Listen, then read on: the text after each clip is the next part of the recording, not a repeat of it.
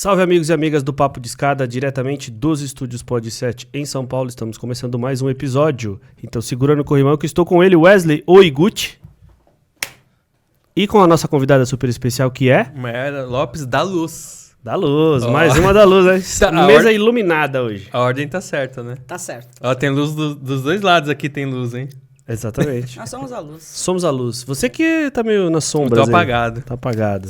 Mas meu segundo nome é Mitsuo, que quer dizer um homem brilhante. Você pode falar qualquer coisa, significa o mensageiro da paz, ninguém vai pesquisar. Por que você colocou meu copo aí? Porque eu achei que você ia dar uma abraçada nele, ia voar e ia causar um estrago aqui, a gente ia ter que começar tudo de novo. Muito controlador você. Desculpa. Dê sequência, por favor, ao nosso papo de escada número... Te peguei agora. 36, acho. Não, 39, acho 38.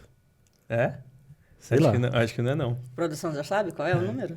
Aí. Não, o 36 sai amanhã. Depois de amanhã. Depois de amanhã, então é 37. Sei lá. Vamos lá. Então, vamos fazer o seguinte. Eu ia pedir pra você se apresentar. O que você tá fazendo hoje, vai. Vamos começar assim. Bom, vou começar com uma audiodescrição. Eu sou uma mulher preta, cabelos encaracolados que estão um pouco amassados aqui. Tô de jaqueta jeans e um vestido barra macacão azul claro. Bom, difícil fazer essa pergunta, né? O que eu tô fazendo aqui? Na vida, podemos dizer. Hoje tô te reencontrando, né? Depois de muitos anos que a gente não se via. Mas hoje em dia trabalho como produtora audiovisual, como produtora de conteúdo para evento. Tenho a minha produtora. Qual que é o nome? Coentro Filmes. Isso. Como eu falo com meu sócio, a galera, pô, mas Coentro? Eu falei, cara, Coentro eu amo ou odeia, né? Então... Eu gosto. Né? Todo mundo que gosta de Coentro. E também sou uma bodyboarder profissional. Então, pra mim, sempre... Quando eu vim pra São Paulo alguns anos atrás, a galera, pô, mas tu vai morar em São Paulo? Eu falei, cara, eu fiz a faculdade inteira em São Bernardo, né? Já subia e descia todos os dias. E engraçado que quando eu me formei, 6 meses depois eu mudei para São Paulo, já para tentar começar a carreira aqui, né, audiovisual. Lá embaixo eu já trabalhava em emissora, trabalhei numa época de EAD que nem se falava muito em EAD. Isso foi o quê? 2005, 2006, assim. Então era um polo, você tinha que ir no polo para poder fazer a faculdade. Então eu editava, né? Então tinha os estúdios ali cada um tinha sua produtora e era de fato ali, cada editor fazia um curso. Então, ali foi uma base legal, assim, de produção da vida, mas eu era editora que ficava na minha ilha como um bom eremita de edição que não fala com ninguém, né? E aí... É mesmo, Fábio? Né? A galera que adora ficar... É que hoje em dia as ilhas estão mais diferentes, né? Antigamente, nossa, era aquele... Mas você chegava a dormir na edição ou não? Porque o Fábio dorme aqui no... Olha, vamos pensar em termos de render. Hoje o render tá mais tranquilo, né? Ele põe a câmera do meio e vai. Lá foi o meu último trabalho, né, antes de eu vir pra cá, mas passei numa TV do Guarujá também, que era, varejo, era aquela loucura, bem de venda mesmo, assim, mas na Unimes, ali na Unimes Virtual, que eu imagino que exista ainda hoje em dia, não sei se existe. Ali foi legal pra ter contato com todo mundo, de todas as áreas. Então, eu tinha minha produtora que cuidava de todas as artes, todas as matérias que ia passar. E era engraçado que eram os professores. E os professores, naquela época, não tinham... Pô, ligou a câmera, travou. Eu mesma não gosto de estar na frente da câmera, assim. Uhum. Não, me sinto horrorosa, acho que minha voz é horrível. Por isso que a gente não te colocou de frente, a gente te colocou de lado. Fingindo que eu não tô vendo essa aqui. Exato. Mas eu nunca fui de ficar na frente das câmeras, assim. Então, lá ainda tinha essa questão de treinar os professores para falar em frente da câmera. Pô, o cara sabe dar aula. Vamos misturar, né? Cada um com cada qual, mas foi legal. E dali eu saí para vir para São Paulo, até na época para ganhar menos que eu ganhava lá. Mas que eu queria começar, de fato, a minha carreira aqui em São Paulo. E logo um ano depois que foi que eu entrei na pós-graduação, que eu conheci o Wesley ali, já permeando para essa área da pós-produção mesmo, né? Mas nunca atuei na computação gráfica, assim, mas foi que me deu a base para trabalhar com pós-produção, que não vai... O pessoal, tem alguns fornecedores que falavam, na última agência que eu trabalhava, assim, não dá para enganar a MEI com tempo de render. Eu falei, não dá, porque eu sei o que vai acontecer ali, os processos, né? Uhum. E dali eu fiquei 7 anos na O2 Filmes, trabalhando com atendimento de pós-produção. E quando eu saí dali, foi um momento, assim, que eu descobri um outro mundo dentro do audiovisual, que é o evento em si. Nunca tinha trabalhado com evento e uma amiga me chamou para fazer produção de conteúdo. Eu falei, bom... Se ela tá me chamando, ela sabe o que eu faço, né? Então, vamos saber o que é de fato essa produção de conteúdo. Então, ali eu entendi que em agência de eventos se chama mais o RTV de agência de publicidade, é o produtor de conteúdo dentro da agência de evento. E hoje está muito mais misturado, tem muitas agências de publicidade que têm o nicho de evento, né? E ali era para acompanhar a produção de tudo ali que... Eu brinco assim, ficou como falar, tem uma tela, tem que ter um conteúdo na tela. Independente se vai ser um motion, independente se vai ser um PPT, independente se vai ser um videozinho, né? Que a galera brincava muito na agência. É só mais um videozinho. Eu falei, não, coração, é mais um vídeo, ainda tem muita coisa para rolar, né?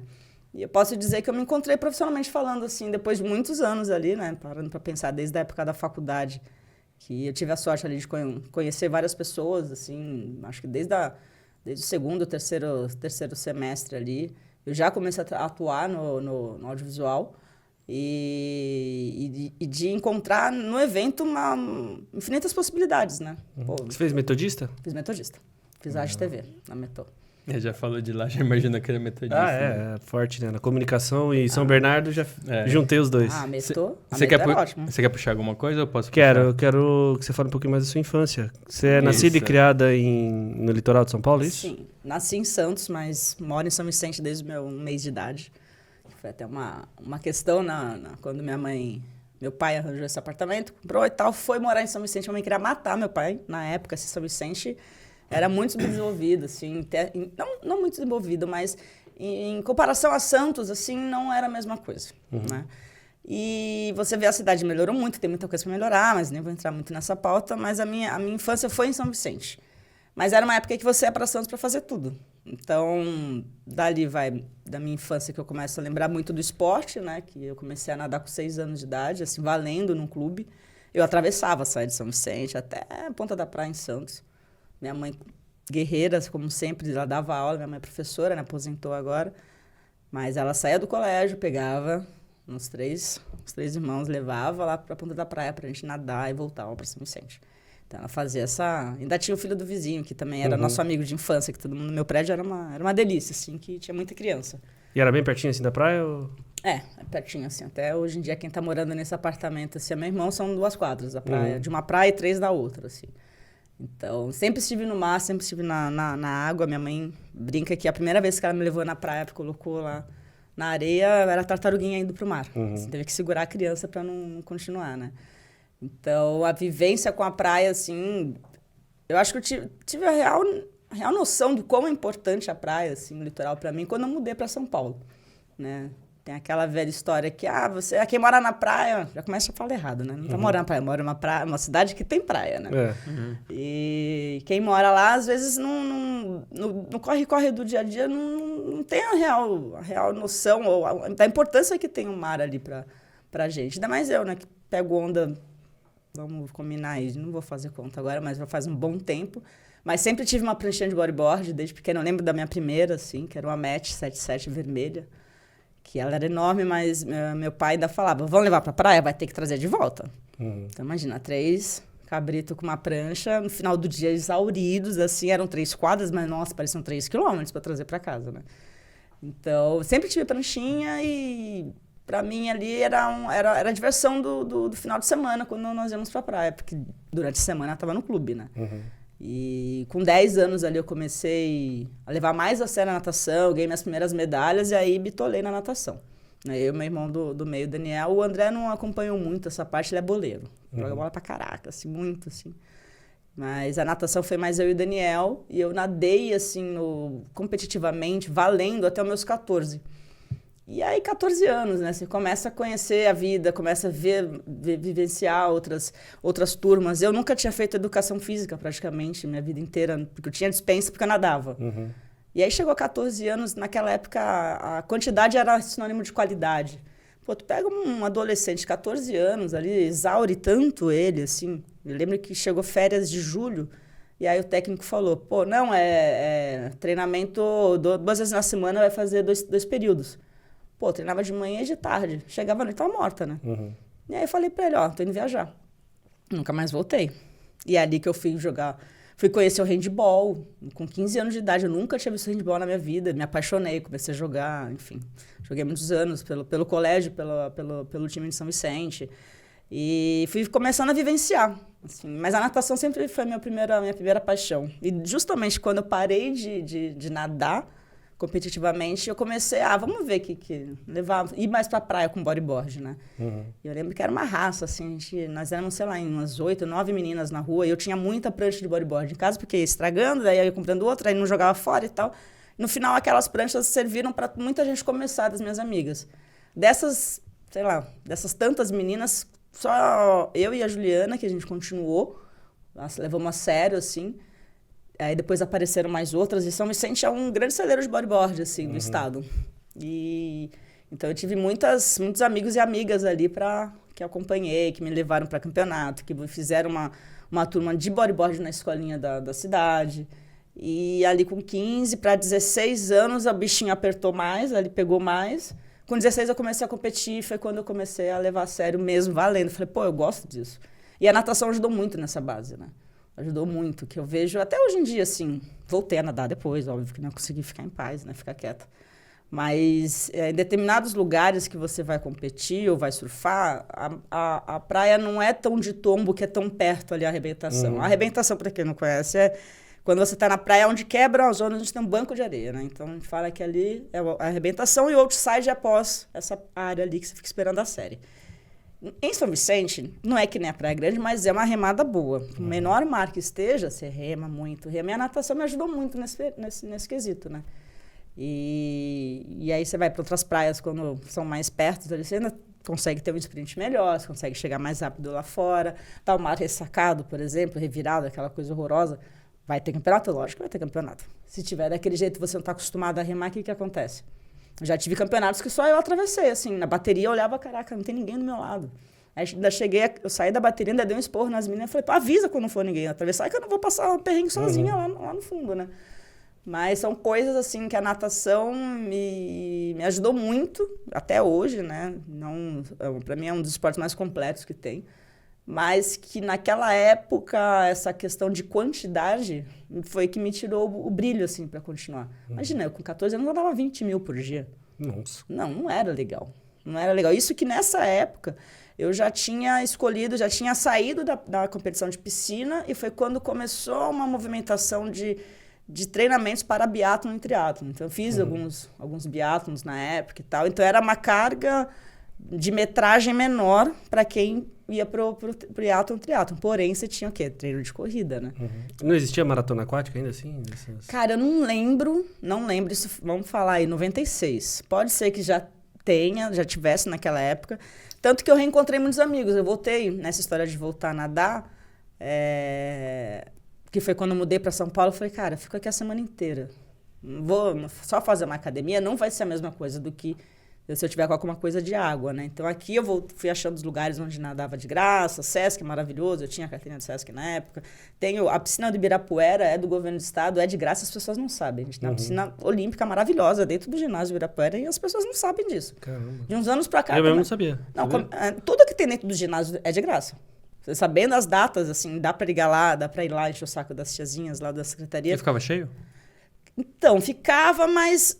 Não, tinha turmas que não era tão cheio. Então, eu nadava à noite.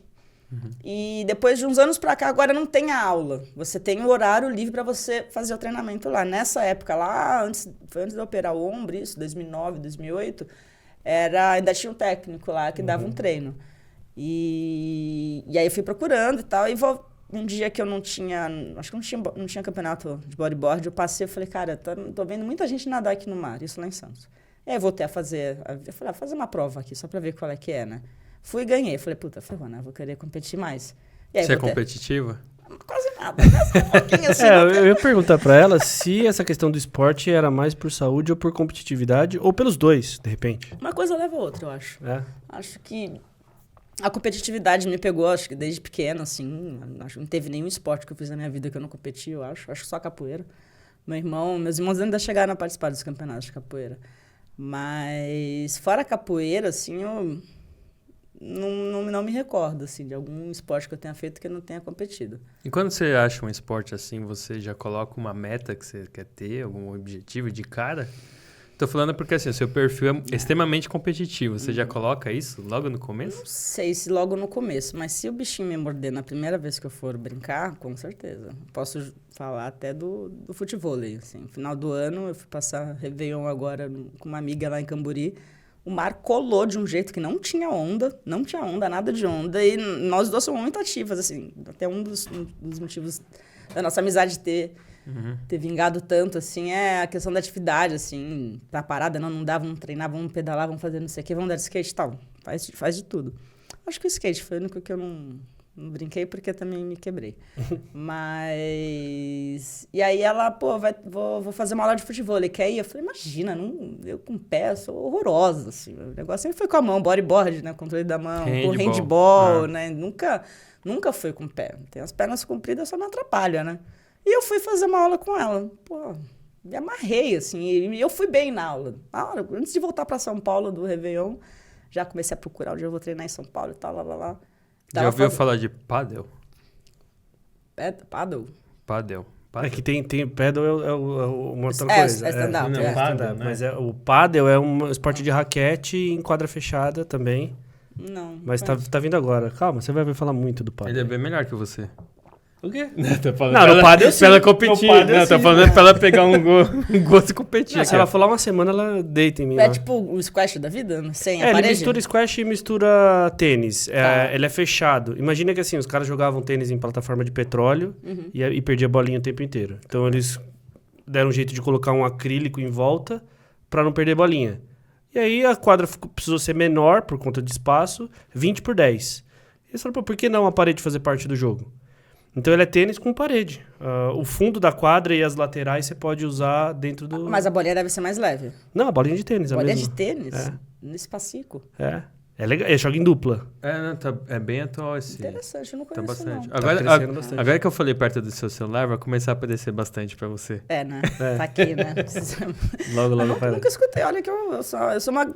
Esporte de raquete, já fez? Raquete eu já mesmo, amo frescobol, amo assim, Puta, tipo, ela de vai ter, estourar bolinha. você vai ter assim. muita facilidade, porque você já tem a batida, entendeu? Entendi. Eu até brinquei de beach tênis, assim, no meio da pandemia, fui fazer uma aula ou outra e tal, mas em termos de areia ali, o futevôlei me beliscou, assim. E tava indo lá 2 vezes por semana e tal. Aí eu rompi o ligamento. Ridículo, esse ano. Até me deu uma parada. Na praia, Não, aqui em São Paulo, Fazendo onde o eu quê? treinava, futevôlei. Ah, não, mas... Saque. Foi ridículo. Não foi nem fazendo movimento, tava fazendo... Mas normalmente é ridículo. Geralmente, né? Tipo, eu posso... Daqui a pouco a gente vai entrar nessa pauta das minhas lesões e cirurgias que eu já tenho na minha vida por conta do esporte. Mas eu tava fazendo saque. Saque. Até tinha limpado um pouquinho a areia, assim. Numa dessa que eu voltei pra trás, eu perdi, assim, eu bati com a direita e perdi o apoio e virou. Nossa. O pé na hora. Eu fui no céu, inferno, em segundos, né? E Você continuei. sentiu o... Então, eu senti, mas eu não botei fé, na real. Continuei ali fazendo mais uns 2, 3. Por sorte, aquele dia eu não tinha de bicicleta, que eu sempre ia de bike. E cheguei em casa, tomei banho e tal, fui pra produtora. Vida normal, vida que segue. Aí, à noite, quando eu tirei meu tênis, que eu olhei, eu falei... acho que temos alguma coisa aqui, né? Com certeza. E aí eu mandei mensagem pra minha físio, eu falei, amanhã eu sempre fazia com ela, toda semana eu fazia uma físio preventiva com ela. E aí eu falei, acho que a gente tem uma novidade. Aí quando eu chegar, ela, pelo amor de Deus, já põe gelo, mandei foto, ela, não, amanhã a gente vê. Aí ela fez o tal do teste da gaveta lá, que é segurar o tornozelo, só mexeu ali. foi tornozelo. Foi tornozelo. Tá, pensei que era joelho. Mas teve também, depois eu conto. Aí... Ele já teve também. E aí ela falou, vai agora no hospital e tal. E pra mim, ali, aquela semana, tava pra entrar um swell épico, entrar altas ondas ali na sexta-feira. Eu falei, cara, não pode ser nada. Esse é o primeiro swell do ano, assim. Aí saí do consultório, fui no final da tarde no hospital, aí eu já consegui o pedido do médico, enchi o saco pra marcar, consegui pro dia seguinte marcar a ressonância, que tipo, foi um termos mega rápido, né? E aí, na hora que eu fui fazer, eu falei pra médica, falei, o negócio é o seguinte, eu sou atleta, eu preciso saber o que deu essa lesão amanhã de manhã, assim, que era uma sexta, né? Porque eu vou competir, vou treinar e tal, deu aquele caosinho, né? Ela, não, no sistema vai estar. Eu falei, beleza. Aí eu lembro, eu tava descendo a serra, já sabendo, já todas as previsões, rolando onda, daí saiu os resultados, eu falei, não vou sofrer. Mandei pra minha filha, ela, meu, esquece, já pega a botinha. Eu fiquei umas 6 semanas de bota, assim, num suel épico que pegou os 2 feriados de abril ali, Tiradentes e Páscoa, em frente à minha casa, rolando, quebrando altas ondas como eu não tinha visto há anos na minha vida. E aí foi todo um trabalho psicológico, né, de aceitar, você tem que parar tudo que você está fazendo, né. E bom que a mobilidade continuava, que a bota te deixa ainda, né, devido às proporções, você consegue andar, consegue ir para lá e para cá. Mas eu ainda estou em recuperação. Mas você chegou a operar? Não chegou, não foi o suficiente para operar, foi um rompimento parcial, quase total. E aí eu passei, não sei, vai passando meu médico, né, sempre, até achar o certo ali, eu achei uma médica maravilhosa, eu queria uma ortopedista mulher, especialista em pé. Porque quer queira, quer não. Quando, ainda mais, imagina eu chegando para um ortopedista falando que eu acho que ele é futebol, ele vai achar que é besteira, né? E eu sempre procuro em ortopedistas médicos de atleta, né? Médicos do esporte que já sabem que o tratamento com o atleta é completamente diferente, recuperação, tipo de fisioterapia. Você não vai lá ficar batendo elástico, não. Então já sabe que pode um pouquinho mais, pode exigir mais da pessoa, né? Até questões mentais, assim, que não vai aguentar ficar sentado e não fazendo nada, né? E aí fui nessa médica, ela, não, tá tudo bem aqui, realmente. Entendi porque que ele falou para operar, mas não precisa e tal. E ela ainda era especialista em futebol também. Ela foi médica da seleção brasileira sub-20 feminina, assim. Então, ela disse, não, fica tranquila, vamos fortalecer e tal, mas vai ficar um tempo de bota. Eu falei, só não ter que entrar em nenhuma cirurgia, né? E ter toda a recuperação pós-cirurgia, que é a parte mais delicada, pô, para mim foi ótimo. E ainda, às vezes, eu sinto um pouquinho, assim, que... Eu voltei a morar em Santos agora, em São Vicente, né? Voltei a morar no litoral. E aí, tô conseguindo surfar mais, eu tenho pedalado mais, eu tenho feito mais exercícios. Que a cidade pede, né? Tipo, eu tô lá, vou ficar sem fazer nada, não consigo. Não dá, não dá ficar trancado dentro de casa. Chega à noite, pô, tá uma noite agradável aqui. Que até aqui em São Paulo eu fazia muito isso. Eu sempre fui muito da manhã. Então, entrava 9 horas na produtora, pô, 7 da manhã eu tava no Sesc para nadar. Mas isso é uma coisa minha, né? Não vou falar para minhas amigas, dá para fazer. Eu falei, dá, mas você tem que achar o que cabe melhor na sua vida dentro disso. Né? Para mim, se eu ficar sem exercício, é altamente... Mental? Mental. Se eu ficar sem, assim... Te destrói. Me destrói. Você acha que você é inquieta mentalmente? Isso, com certeza. Com certeza. E eu acho que até a natação e o surf, assim, em si, a natação é a paciência de você ficar contando ladrilho na piscina, né? Ficar nadando. É um esporte muito solitário ao mesmo tempo, né? Apesar do surf nem tanto, que tem sempre uma galera na água, mas em termos de tempo, né? De você parar para pensar em muitas coisas que você não pensa no dia a dia. Ninguém vai vir falar na tua orelha. Então, é um momento de meditação. E o surf também, né? Não só a questão da contemplação com a natureza, com aquele momento. Putz, eu adoro surfar de manhã cedo, quando o mar o sol tá nascendo, que tem uma magia ali da manhã, a luz do sol, um silêncio que... É isso que eu ia falar, o silêncio ali depois da arrebentação é muito bom, né? Você olhar lá pra praia, não... ver todo mundo e não ouvir nada, né? E é um silêncio, assim, que pra mim até umas 9 da manhã tem. Depois das 9 já é uma outra galera que vai surfar, já tem mais movimento na cidade, já muda aquela luz que tá batendo ali. E eu gosto muito da manhã e do finalzão de tarde ali. Eu falo que às vezes você tem uns 30 minutos, assim, no final da tarde, que é diferente dos 35 minutos. Tem uma magia ali do começo e do final do dia, assim, que é o... Essa mudança, né? Mudança de luz. Né? A própria mudança de luz que impacta até na questão do audiovisual, do trabalho e tal, né? Mas... Falando em luz, qual foi sua maior região de brilho no esporte? Assim, você ganhou, você teve conquistas importantes, né? Conta pra gente isso aí. Bom... Sabe por quê? Eu não sabia disso quando a gente estudava. Do bodyboard? Eu só fui saber depois. E quem tá assistindo, não confunda bodyboard com bodybuilder. Por favor. São coisas totalmente diferentes, né? Totalmente. Nossa, não. Totalmente. Apesar de ter alguns amigos que são bodybuilders dentro do bodyboard, assim, que são atletas de bodyboard, mas também tem muito culto ao corpo ali, que...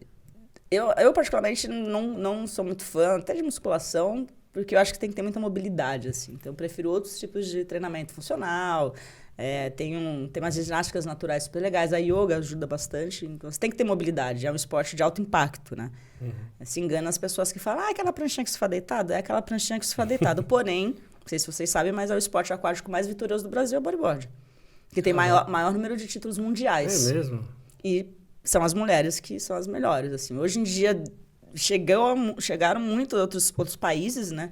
Durante muitos anos, o Brasil era a hegemonia brasileira. Então, a gente tem tetra mundial, a gente tem 2 tetras, que é a Neymar, a grande amiga, a Isabela também, que mora em Portugal, é tetra mundial.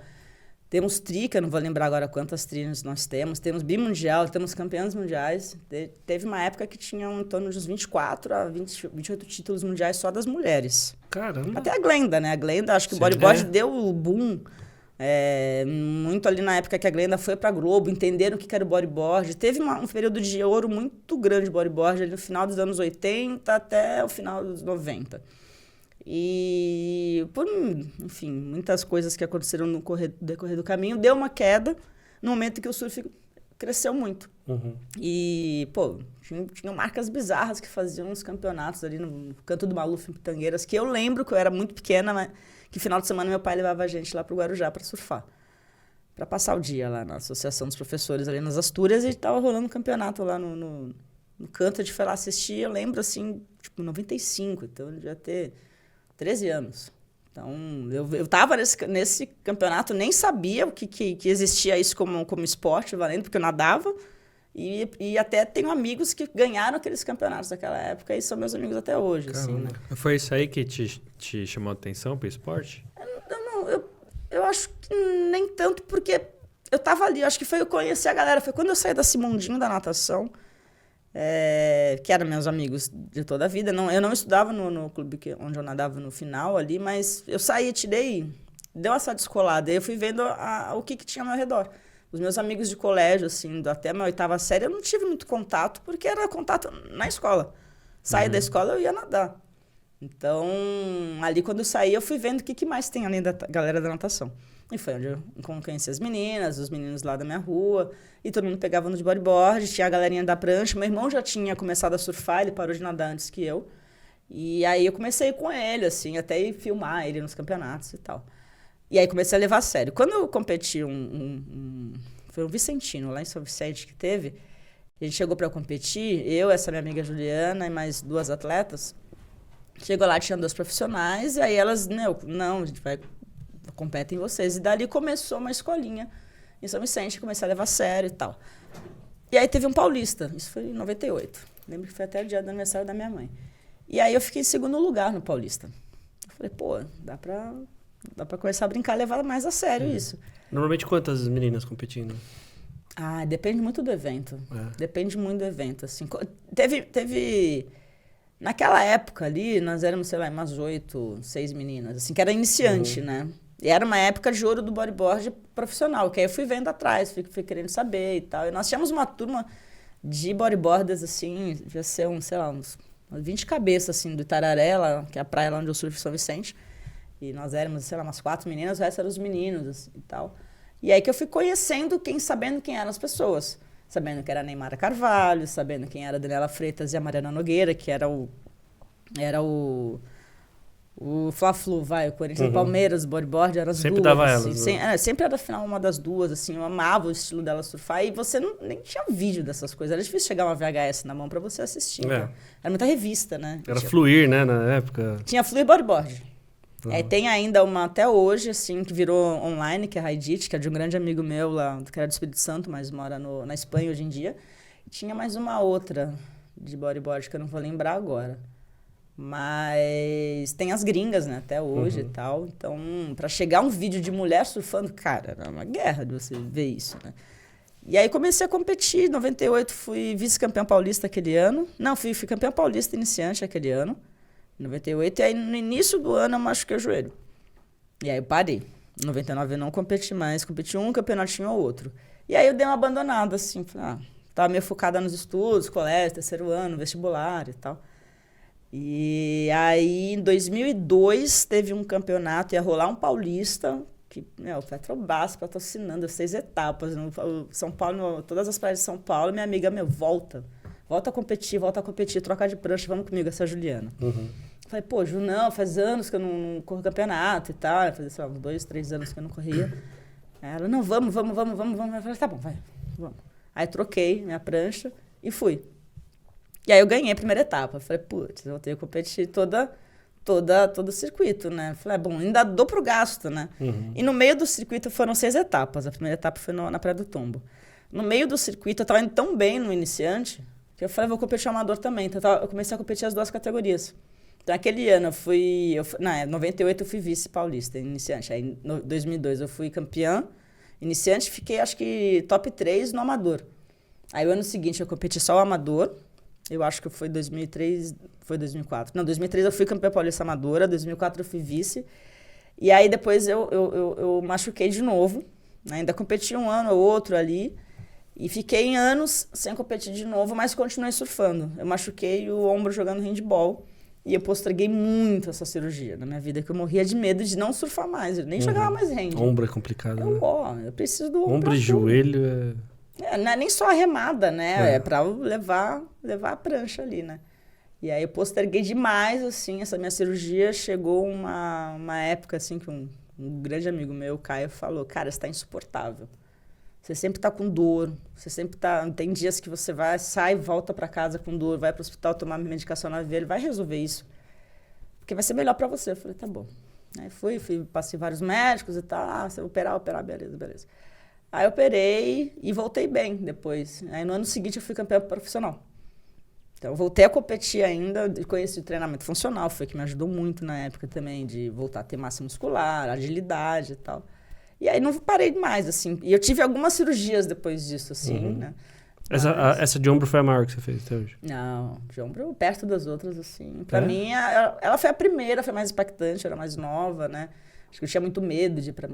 acho que todo atleta tem medo de não conseguir voltar a ter o mesmo rendimento que tinha antes, né? Mesmo envelhecendo, mas acho que meu médico falava, o corpo é a vácuo. A partir do momento que você furou ali, por mais que você puxe o vácuo de novo, não vai ser a mesma coisa, né? E a pior mesmo foi a dos quadris. Eu operei os 2 lados do quadril. Caramba. Que eu descobri, eu sempre tratei o joelho, até em 99 que eu tinha machucado lá. Sempre tratei joelho, e vira e mexe eu tinha alguma coisa que acontecia, e dessa vez onde eu tava surfando? Foi uma semana antes do campeonato até. Tava nos condomínios lá no Guarujá, São Pedro. E, sei lá, não lembro nem o que aconteceu na onda, mas foi uma coisa besta, assim, e eu dei uma pesada mais forte pra voltar pra cima, eu tomei um rola, e nessa pesada mais forte eu senti o joelho, e eu falei, cara, e a semana seguinte eu tinha um paulista. Eu entrei, o mar tava do jeito que eu gosto, tava gigante ali, tinha 1,5 km de onda na praia do Pernambuco. Eu não conseguia entrar na onda porque eu não tinha força na perna para entrar. Eu fiquei, me sentindo super envergonhada. Eu saí remando lá do outro lado, fui lá pra praia do Jequitimar, saí fora da praia, fiquei puta, né? Falei, por que você veio? Mas eu não sabia, né, que ia estar daquele jeito. Não foi nem um dia, não foi uma semana antes, não. Foi um dia antes que eu tinha machucado. Eu fui pra treinar, pra ver como é que tava, né? Olha como o atleta se cobra, né? Muito. Com vergonha de... Porra, não, saí fora. Imagina que eu ia sair na praia ali, eu ia defender meu título aquele ano, porque não teve paulista dos anos seguintes ali, troca de gestão, falta de patrocínio, lá. E aquele ano eu ia defender meu título. Falei, puta, tá todo mundo esperando pra ver isso. Eu tava esperando pra pegar os Estados Unidos, eu tava treinando pra caraca.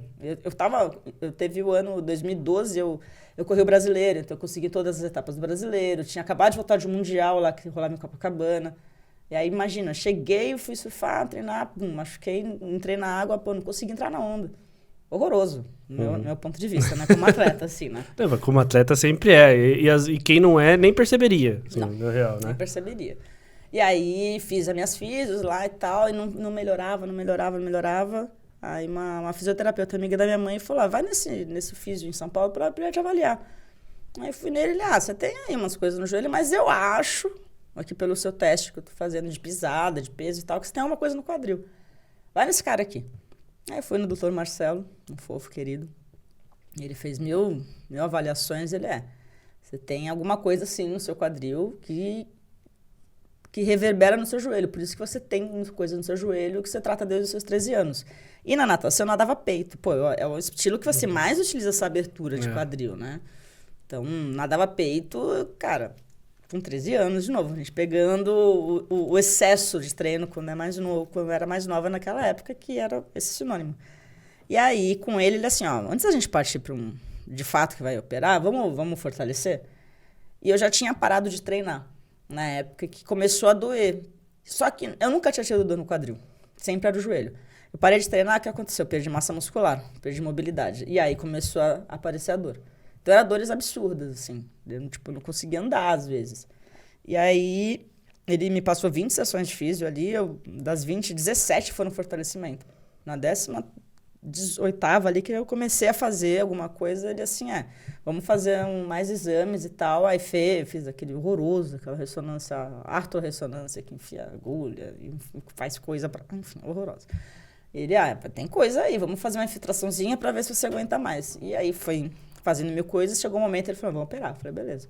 Quando abriu, viu que estava muito pior do que apareceu nos exames. Então, o que seria ali de 6 a 8 semanas ali de muleta, eu fiquei 9 semanas de muleta. Nossa. Tipo, de pedir ajuda, assim, pra qualquer coisa, assim. Eu lembro que meu pai, eu morava num prédinho de 3 andares, morava no primeiro andar. Ele me subiu nas costas, assim, quando eu saí do hospital. Que eu não podia pisar, né? E foi bizarro, porque eu operei uma semana antes da Copa do Brasil começar, aqui no Brasil.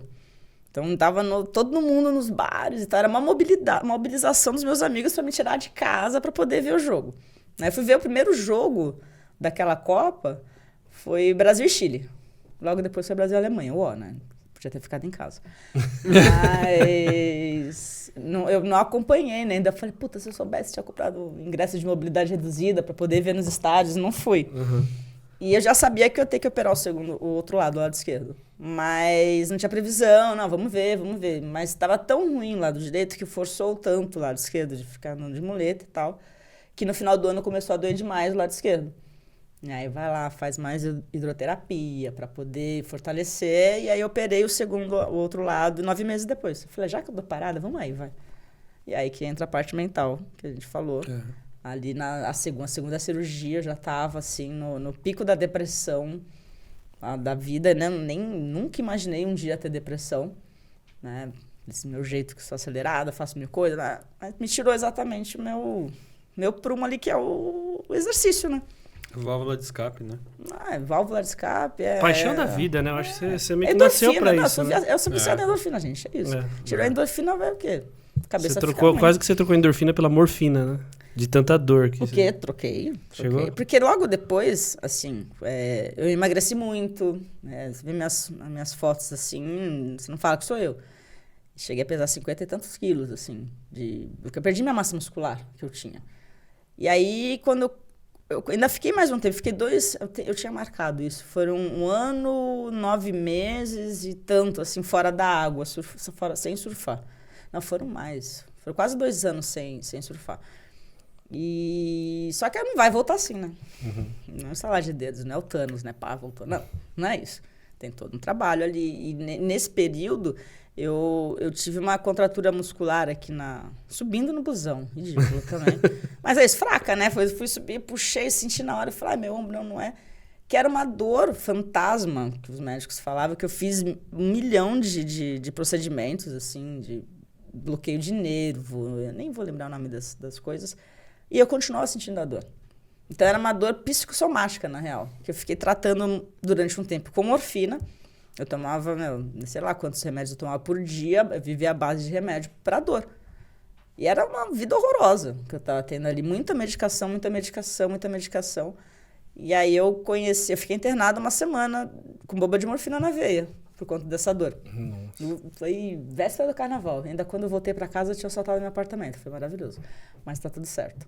E ali, dessa internação, uma outra grande amiga minha, Dani, ela falou, eu vou te apresentar a minha osteopata, você não vai aceitar não como resposta, você vai conhecer ela, porque você já tentou de tudo. Tentar um outro tipo de tratamento, né? E ela me salvou, assim. Foram muitos meses, muitas sessões ali para ela conseguir chegar no foco da dor, que não tinha nada de... Eu fazia todos os exames que você pode imaginar. Não detectava nada, não tinha nada. E ali com ela, e trabalho como psicólogo, né? Com a minha psicóloga, com o meu psiquiatra, E a manipulação que ela faz é tudo diferente, né? Na osteopatia, não sei se você já teve a oportunidade de fazer. Ainda não, mas sempre ouvi falar muito bem. É muito... Tem uma mistura com a medicina oriental, ali, chinesa e tal. Ela faz muitas coisas de acupuntura. Então, sai um pouquinho dessa coisa ocidental de tratar o efeito. Não, ela vai procurar lá atrás. Causa, assim. né? Já que ela fez massagem na minha língua para soltar minhas cordas vocais, porque eu tava com minha T, travada, eu falei, cara, não, essa mulher eu brincava que ela era minha fada, mas eu falo que ela é bruxa, porque só ela faz algumas coisas ali. E ela que me salvou, assim, tanto que eu me trato com ela até hoje, faço ali uma vez... de São Paulo ou lá daqui do de São litoral? Paulo, daqui de São Paulo, ali no Itaim. Então, mudou, tipo, quando eu tô em muita crise com qualquer coisa que eu tenho, ela não vem aqui. Do meu pé, ela falou, vamos fazer acupuntura toda semana. Injetando ozônio no meu pé, coisa horrorosa, que dói, né? Mas funciona. Então, ela ali que foi me tirando, assim, com a palma da mão, aos poucos, trazendo o conforto, né? Que eu não tinha mais conforto, eu sempre estava com dor. Muita dor, muita dor. Então, ela foi fazendo todo um trabalho de desintoxicação também, nem lembro o que eram aqueles remédios, mas eram coisas naturais, que você tomava as gotinhas, para tirar toda a medicação que eu estava durante, sei lá, 2, 3 anos no meu corpo, né? Então, o oxicodona era o de menos que eu tomava ali. Então, tinha muita crise. Eu tinha morfina em casa de comprimido, para caso eu quisesse tomar o de morfe, eu tinha. E aí, Você é uma coxa de retalhos, então. podemos dizer assim. Deve ter mais ponto no corpo que o Vasco no Campeonato Brasileiro, né? Fácil. Tá osso pro Vasco, né? Tá osso. Sabe o que eu ia te perguntar? Assim, da primeira vez que você foi campeã, como que foi, assim, tanto a sensação como o pós? Tanto de se teve algum reconhecimento, teve algumas coisas que começaram a aparecer oportunidades para você, como foi isso? Porque essa é uma modalidade que também, assim, por mais, igual você falou, tem várias campeãs mundiais e a gente nem sabia. Como foi isso para você? Infelizmente, assim, hoje, graças a Deus, hoje em dia mudou muita coisa, muito pela onda do surf mesmo, trabalho que fizeram com surf. Não teve esse trabalho com o bodyboard em termos de divulgação. Então, até já tive algumas tretas com algumas meninas aqui em São Paulo e de falar, cara, o título paulista não trouxe nada pra ninguém. O que mais trouxe o título pra gente é justamente a amizade. Manter o esporte vivo, tentar trazer nova geração. E eu falo, eu só vou parar quando eu tiver alguém para continuar fazendo o que eu faço dentro dos circuitos brasileiros, que é ter uma atleta de São Paulo. Infelizmente, a gente não tem hoje em dia uma menina amadora que tem condições de ir competir e fazer o circuito, e, enfim, dinheiro, valores e afins, né? E não tive, assim, eu posso te falar que o maior patrocinador meu fui eu e minhas tias, assim, muito do que eu fui para São Paulo lá em 2006, que eu mudei, 2007, foi para eu ganhar minha grana e não ficar mendigando, pedindo para nenhuma marca, né? Então, eu tive alguns apoios, assim, de maiô, de coisas, mas maiô, cara, gasta pra caraca, vai surfar 3, 4 vezes por semana, a lycra come, por mais que seja a lycra maravilhosa do mundo. Tive apoio já de pé de pato, mas também não era uma coisa assim que eu ganhava um por mês, não, eu ganhava um a cada 6 meses e olhe lá. Assim, então, não tive um investimento. A minha tia, eu posso falar que foi minha maior patrocinadora, que ela sempre me dava ali, na época, quando eu era mais nova, ela dava 50, 100 reais, vai lá, filha, vai lá competir. Pra não falar que eu não tive, que foi uma coisa muito interessante. Quando eu ganhei o Paulista em 2010, eu já trabalhava no O2 Filmes. E a galera, pô, como é que você conseguiu ganhar? Você mora aqui em São Paulo? Eu falei, continuo treinando, no final de semana eu vou surfar, né? E naquela época, eu tava muito bem fisicamente, e muito bem de cabeça também. E aí, a minha chefe na época, ela, nossa, não acredito, não, a gente tem que dar um jeito, vamos pedir um patrocínio aqui na produtora. Eu falei, tá maluca? Ela, não, faz uma planilha aí, quanto que você gastaria no ano para competir no circuito brasileiro? Eu falei, tá bom. Para mim, interessava até mais a folga, né? De eu conseguir, na quarta-feira, viajar, quarta-feira à noite, né? Do que, de fato, virasse essa grana que eu não acreditei que ia virar. Eu mandei para ela mostrou lá pro Fernando lá, e pra André. Fernando Meirelles, né? E André Barato e tal. Não, beleza, vamos aí. E aí eles me deram, não foi o montante todo que eu tinha colocado na planilha. E me deram, não, pode ir. E eu lembro um momento ali que o Fernando até passou na sala e falou, a gente pode escrever no blog desse apoio? Eu falei, óbvio que sim, né? Claro que sim. Fizeram um puta adesivo grande e tal, mas foi o único que eu me recorde, assim, da minha trajetória foi o ano que eu competi ali, que eu tive uma grana, não totalmente do jeito que eu queria, daí a gente dava os nossos jeitinhos ali, né? Ficar na casa de vai de ônibus, vai de não sei o que e tal, ficar num hostel. Mas eu consegui competir aquele ano. E aí ainda sobrou uma grana que eu fui para Noronha no início do ano de 2012 para competir um campeonato lá. Que foi uma realização de um sonho também.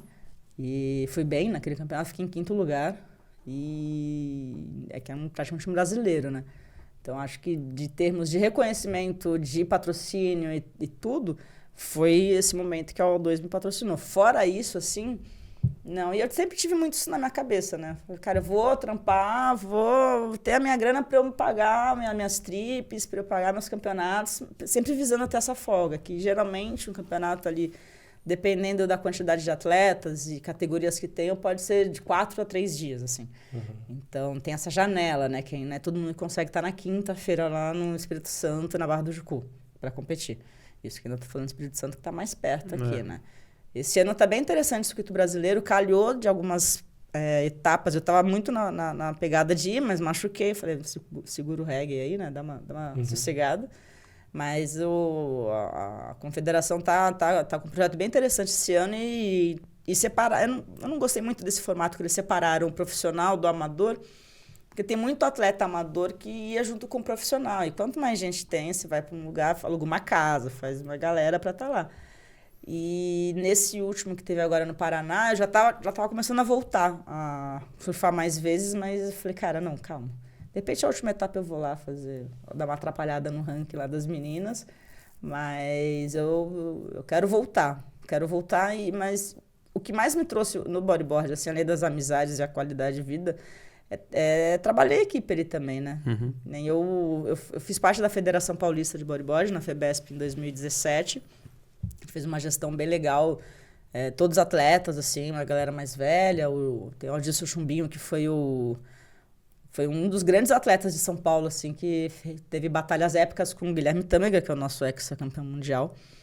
Depois vocês procurem ele. Ele também é guarda-vidas no Hawaii, hoje em dia, mora lá há muitos anos. E o Chumbinho e ele faziam batalhas épicas. E ele é um exemplo também que 1000 coisas da vida, não seguiu profissionalmente, né? E aí a gente pegou para tocar a federação.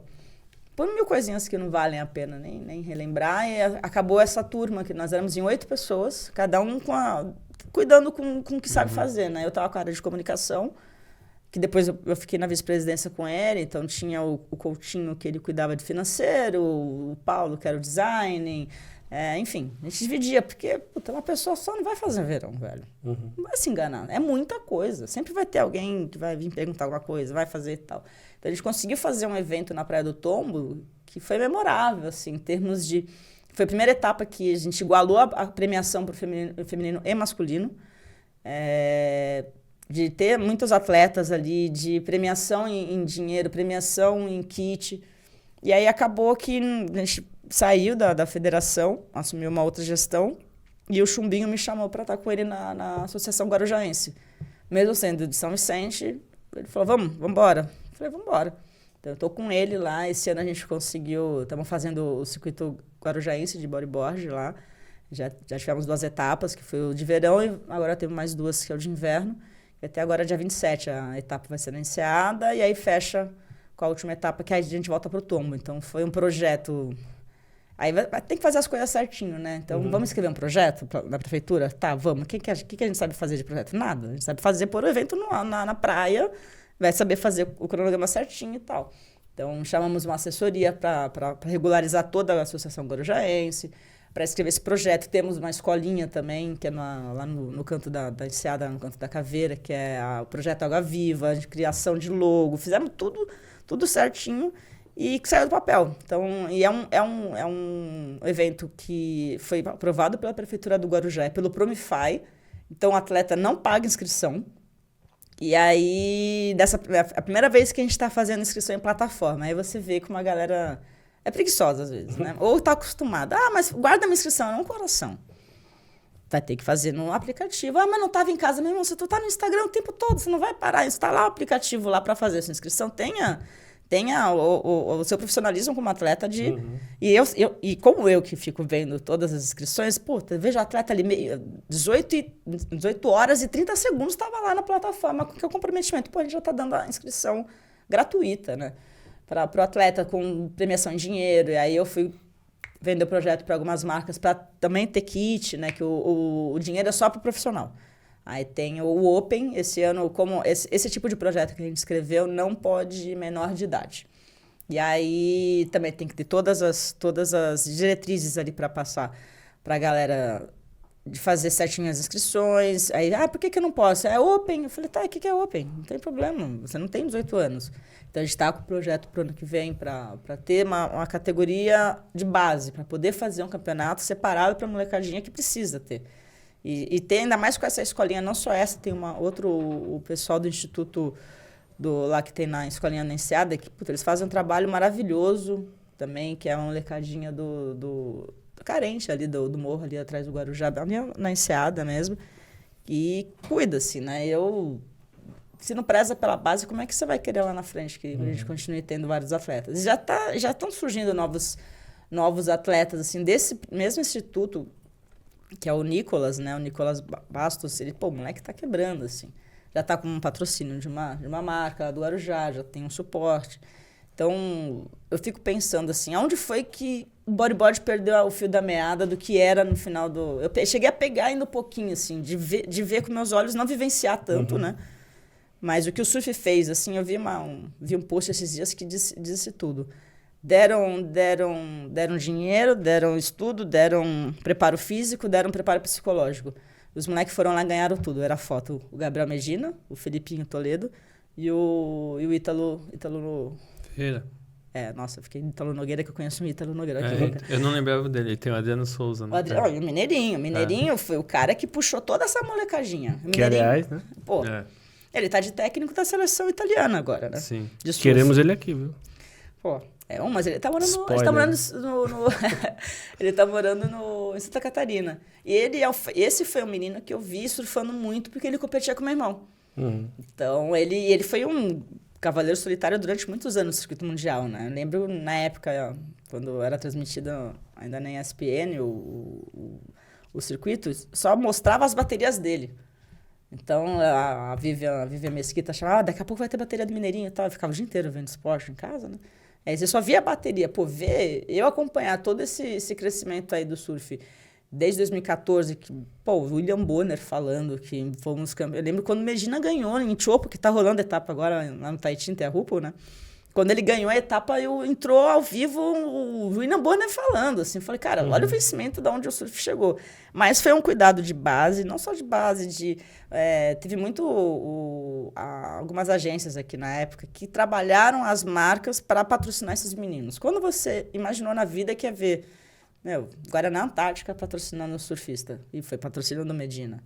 Audi, o protetor solar, a própria Petrobras patrocinou muito tempo. A briga dos carros que tem, o Medina é Audi, o Ítalo agora está na Ford, mas já foi da Mitsubishi. A Mitsubishi foi a primeira montadora que começou com isso por ter o carro de Adventures, né? A Jeep mesmo, que tiveram alguns anos que eles foram patrocinadores oficiais de Saquarema. Eu não sei se esse ano eles foram no Saquarema. E o evento de Saquarema, qual momento que foi essa virada de chave, assim, do pessoal olhar pro surf, assim, e falar, putz, aí vai dar coisa? Trabalho de Marcelo Serpa, que ele era da UMAP na época, e eram as contas que tinham na UMAP. E aí ele mostrou que sim, o surf é vendável. E eu lembro também de uma matéria que eu li há muitos anos atrás, era uma foto deles pequenininho na Hardcore, imagina, falando o futuro do surf mundial. E tinha mais alguns, assim, na foto que eu não vou lembrar, mas lembro muito do Medina e do Filipinho. Era o que veio a virar depois do Brazilian Storm, né? Exato. Exatamente isso. A Brazilian Storm começou ali em 2014, puxada pelo... Já tinha... Quem que estava no circuito naquela época? Já tinha alguns, assim, mas ali, depois do campeonato, depois da vitória do Medina lá em Pipeline, que foi a coisa mais absurda, que todo mundo ali na beira d'água. E eu lembro que a gente estava para sair um filme da Guaraná, que, vai sair em dezembro, vai sair em janeiro, depois do Réveillon. Eu falei, gente, vamos lá. Medina tá chegando nas finais. Se ele ganhar esse título, vai ter cópia de veiculação na sexta-feira, brother. Não, você tá viajando, não sei o quê. Batata. A gente começava a entrar em recesso, era dia 18 de dezembro. E aí foi naquele... Eu não fiquei na festa de encerramento da produtora, eu fui pra casa porque eu queria ver o final do campeonato. Que maluca, né? Lembrando disso, nem lembrava. E ele ganhou. Eu falei, cara, eu tenho certeza. Segunda-feira, não deu outra. Não, tem que finalizar. Eu falei, gente, eu não avisei que ia acontecer isso. Você acha que os caras vão perder o timing de ter esse filme que foi todo filmado em preto e branco, assim, uma coisa mais linda. E é óbvio que eles iam colocar ali na tela. E ali eles viram que não é mais essa história de surf marginalizado, maconheiro, drogado, vagabundo que não faz nada. Tu pega pra seguir esses meninos, o preparo físico que eles têm... Sim. É absurdo. O Medina é um monstro. Uhum. É um monstro. O Ítalo só não se ferrou mais nessa etapa que ele machucou o joelho no Jeffreys Bay. O cara é um touro, velho. É um touro. Tá acontecendo um pouco disso com o skate agora após a Olimpíada, né? De tirar um pouco esse olhar marginal que se tinha pro esporte pra realmente perceberem que, pô, existe gente séria fazendo... Mas eu, pelo menos, eu acho que dou crédito muito a isso, tanto a rede social, o uso mesmo no marketing falando, sim, porque a gente tá falando um episódio que a gente gravou também faz pouco tempo, que é do esports, de jogos. Sim. É a mesma coisa. Entendeu? Não é videogame. Não é videogame. Entendeu? Então, assim, ele realmente está sendo trabalhado, está sendo investido um marketing nisso de pegar e mostrar que é muito mais do que... O bastidor, né? Sim, tem muita de mais mostrar coisa que é muita ali. Coisa. Porque para aparecer o Medina, bem antes do trabalho, né? Sim. Acho que o surf, no caso do surf também, teve um pouco da questão do Kelly, né? Que tava já... O cara virou a referência absoluta no mundo, trouxe vai ser holofote. Difícil alguém bater 11 títulos. Ah, vai, mas aí todo mundo pensava assim, quem vem também. Depois, né? Acho que rolava um pouco disso, né? Cara, quem vem depois é a Storm. Já tem quantos títulos a gente já tem? Teve um cara que morreu também, né? Andy Irons. Andy Irons morreu. Mas eu acho que também era uma outra época do Kelly. Ele foi uma virada de geração, que é muito bom você assistir as transmissões, que são 8 horas online, né? Então os caras têm que ficar falando ali. Tem que ter assunto, né? Tem que ter assunto, né?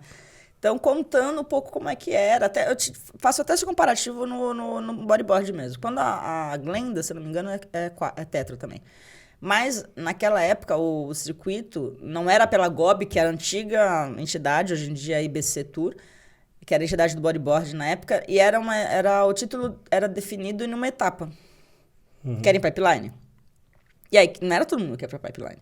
Então, a Glenda ganhou ali 1 ou 2, assim, não vou lembrar quantitativamente falando, mas quando se tornou um circuito, mesmo de várias etapas... se eu não me engano, a primeira que ganhou foi a Cláudia Ferrari, que é daqui de São Paulo. Ela é uma atleta do Guarujá. Hoje em dia, há muitos anos já mora no Havaí. Eu até tive a oportunidade de conhecê-la, assim, pessoalmente, no Havaí mesmo, que eu fui em 2013. E ela veio competir uma etapa no Copacabana. E eram outros formatos. Então, não dá para você comparar... o que era lá atrás com o Kelly e o que é hoje em dia. E principalmente em termos de preparação. O Kelly ainda é um monstro, ele é o GOAT total, o cara tem os seus 50 anos e continua dando trabalho. Essa é uma etapa que, para ele, assim, ele é diferenciado. Mas as pessoas falam no meio, assim, ele já deveria ter se aposentado quando ele ganhou esse ano no Havaí. Porque vai ser difícil pro Kelly sair... Né? Ele sempre esteve muito acima de tudo. E aí sair perdendo bateria, não pontuando e tal, é o Kelly, né?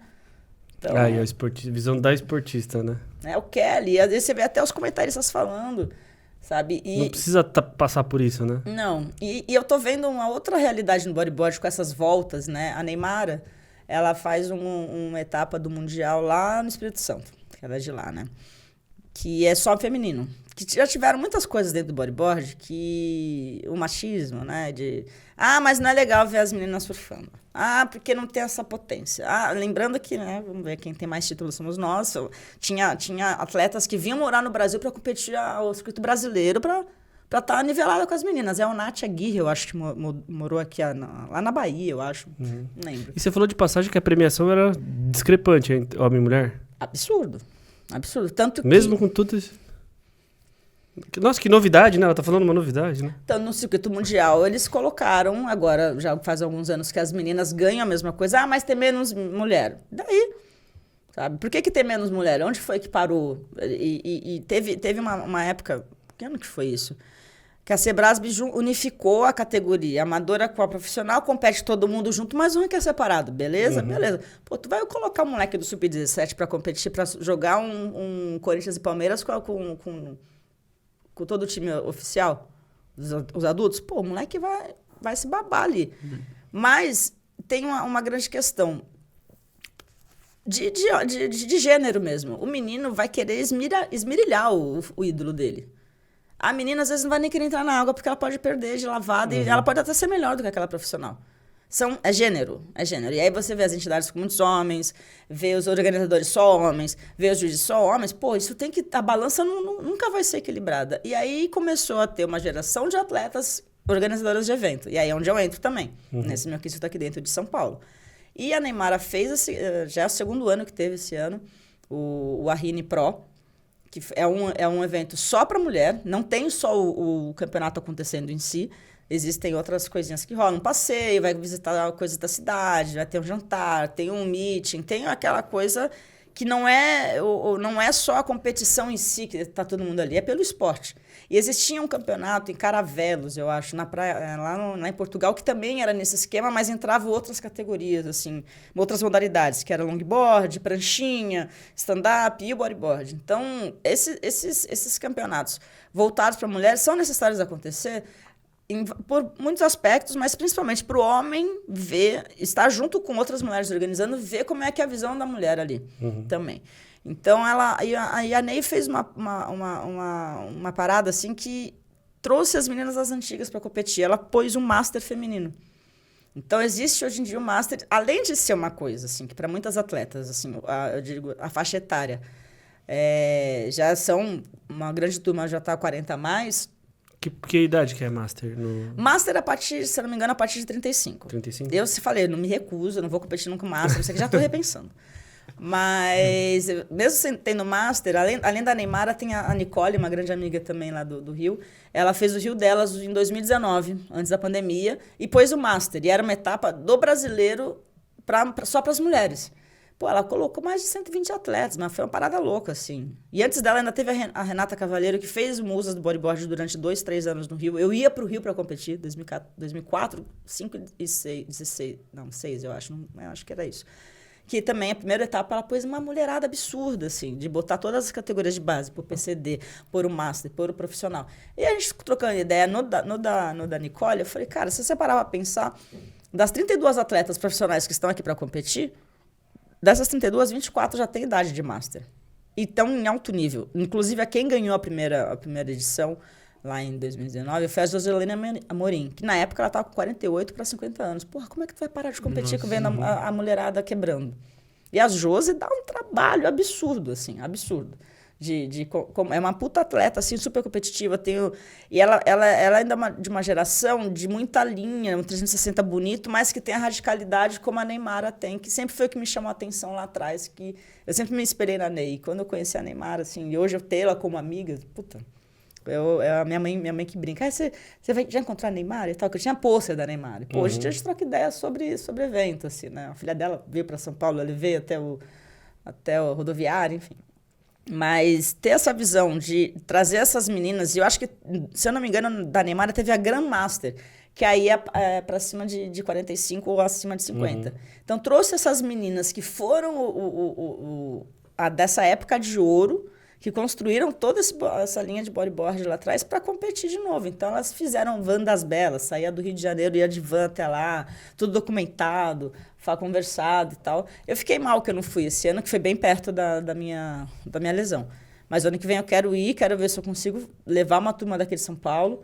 Eu era atleta na época que eu competi meu primeiro brasileiro, que organizava busão para botar todo mundo dentro e não pagar a minha, porque eu precisava ir. Sabe, não, vamos lá, tanto, já organizava a coisa, né? Já era produtora, nem sabia, né? Eu ia te perguntar uma coisa sobre isso. Porque, assim, geralmente não é muito... Acaba dando, sei lá, alguma coisa que não rola. Você ter um hobby, você ter um esporte ali que você também está competindo profissionalmente e misturar com sua atualidade, sua renda, que vamos dizer que é a produção de vídeo, de conteúdo, alguma coisa assim. Você já sentiu essa vontade de produzir isso? Já produziu? Ou você já, por exemplo, já produziu e já melou o negócio porque misturou coisa? Como que foi?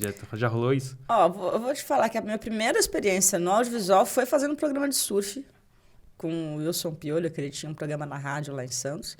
E aí ele me chamou, ele assim, vou começar um projeto, tá afim? Foi até nesse circuito paulista que eu fui campeã lá em 2002.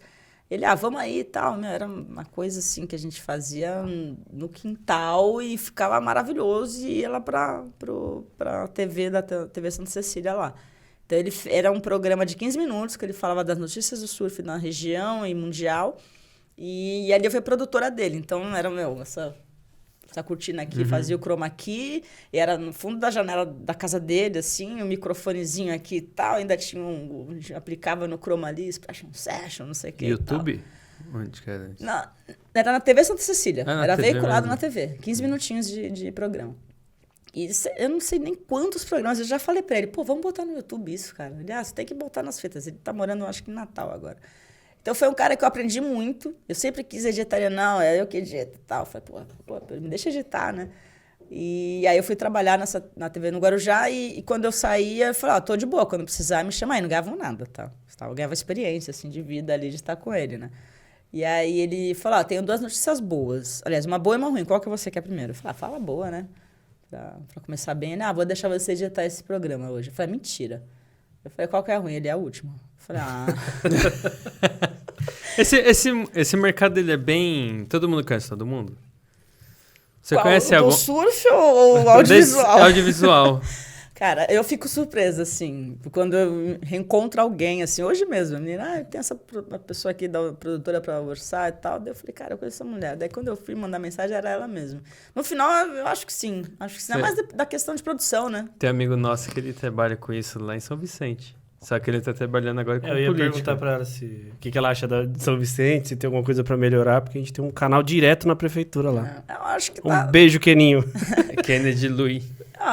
São Vicente deu uma melhorada, assim, mas tem muita coisa pra melhorar. É uma cidade que é muito carente de arrecadação. Mas de uma importância histórica absurda, É a primeira né? cidade do Brasil, né, gente? As pessoas não sabem muito, ainda usam esse slogan. Eu gostei que o Caio Amado lá tirou a bandeira que tinha lá e botaram a bandeira de São Vicente. As pessoas nunca nem tinham visto a bandeira de São Vicente.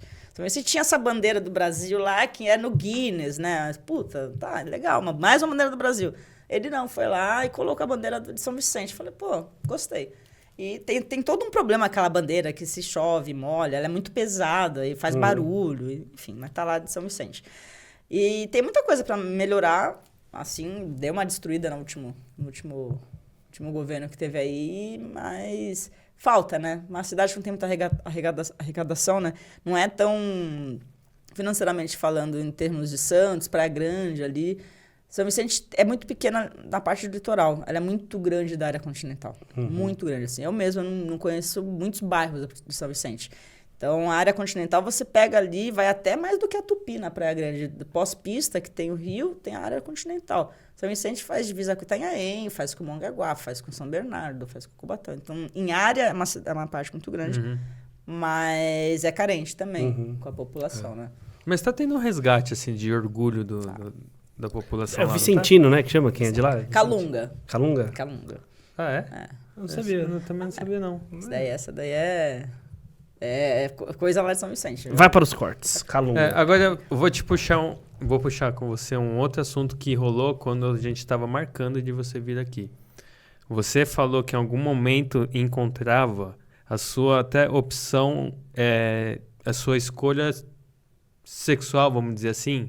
Você falou que tinha encontro, não sei se... Agora eu fiquei na dúvida, se era no esporte ou se era com a produção de vídeo. Porque você falou que em algum momento isso casa agora eu não sei. Fiquei na dúvida, porque você já falou tanto de um outro lado. Eu falei, caramba, então que momento que ela falou que isso faz parte de...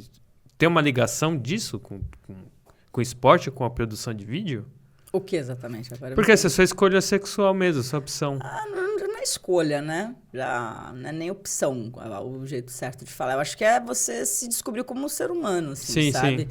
É cair na real que alguma coisa não tá encaixando. Assim, não tá fazendo sentido, né? Mas acho que dentro não tem nada com esporte, nem com profissional mesmo. Eu acho que é vida mesmo, sabe? Vivência ali, de conhecer as pessoas. Eu morava lá embaixo ainda, quando caiu, eu recebi o telegrama, né? Abre aí, né? Então, e foi logo depois eu mudei para São Paulo. Então é uma outra vida. Eu fico feliz de ver como mudou bastante na Baixada Santista em questão de preconceito. Existe muito, ainda tem, vira e mexe, tem babado ali de expulsar casal, ficar falando se o casal estivesse beijando tanto de homens quanto de mulheres. Tem ainda essa intolerância sexual na Baixada. Gente, é uma cidade interior com praia, né?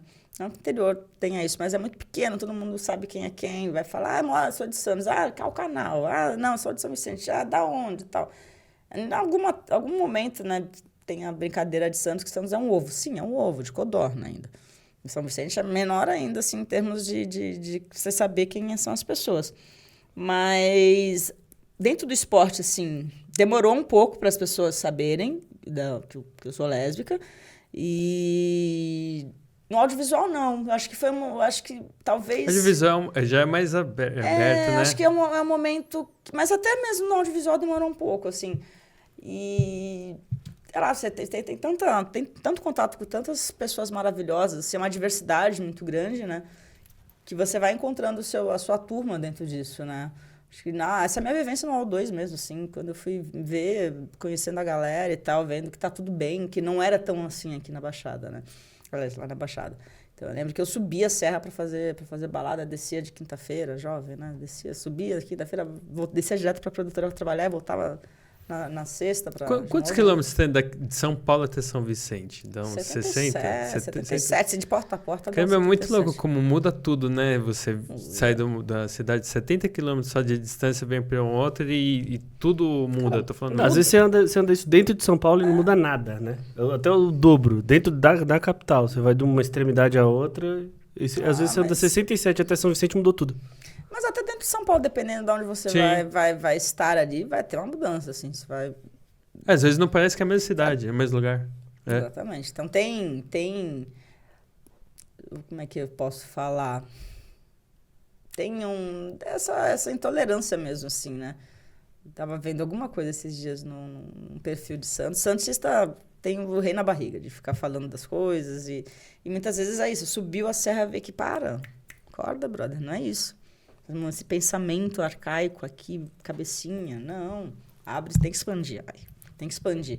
E eu lembro que eu fui no Festival de Jazz em 2019, lá em Santos, que eu não saía mais lá. Eu descia, o que eu queria fazer? Cara, pegar onda de manhã, não vou fazer rolê à noite. No máximo, vou encontrar meus amigos, vou surfar, vou ver minha família e tal. Voltava, dormia, que eu queria surfar de novo no domingo de manhã. E já subia, pós-almoço, já me dava faniquito que eu queria subir para São Paulo para, quem sabe, até fazer um rolê no domingo à noite, né? Mas quando eu fui nesse festival de jazz, eu vi um mix de vários estilos, assim, de pessoas, assim. Até meu black, quando eu comecei a usar o meu black, eu tava no padrão santista ali, cabelo esticadinho, roupinha e tal.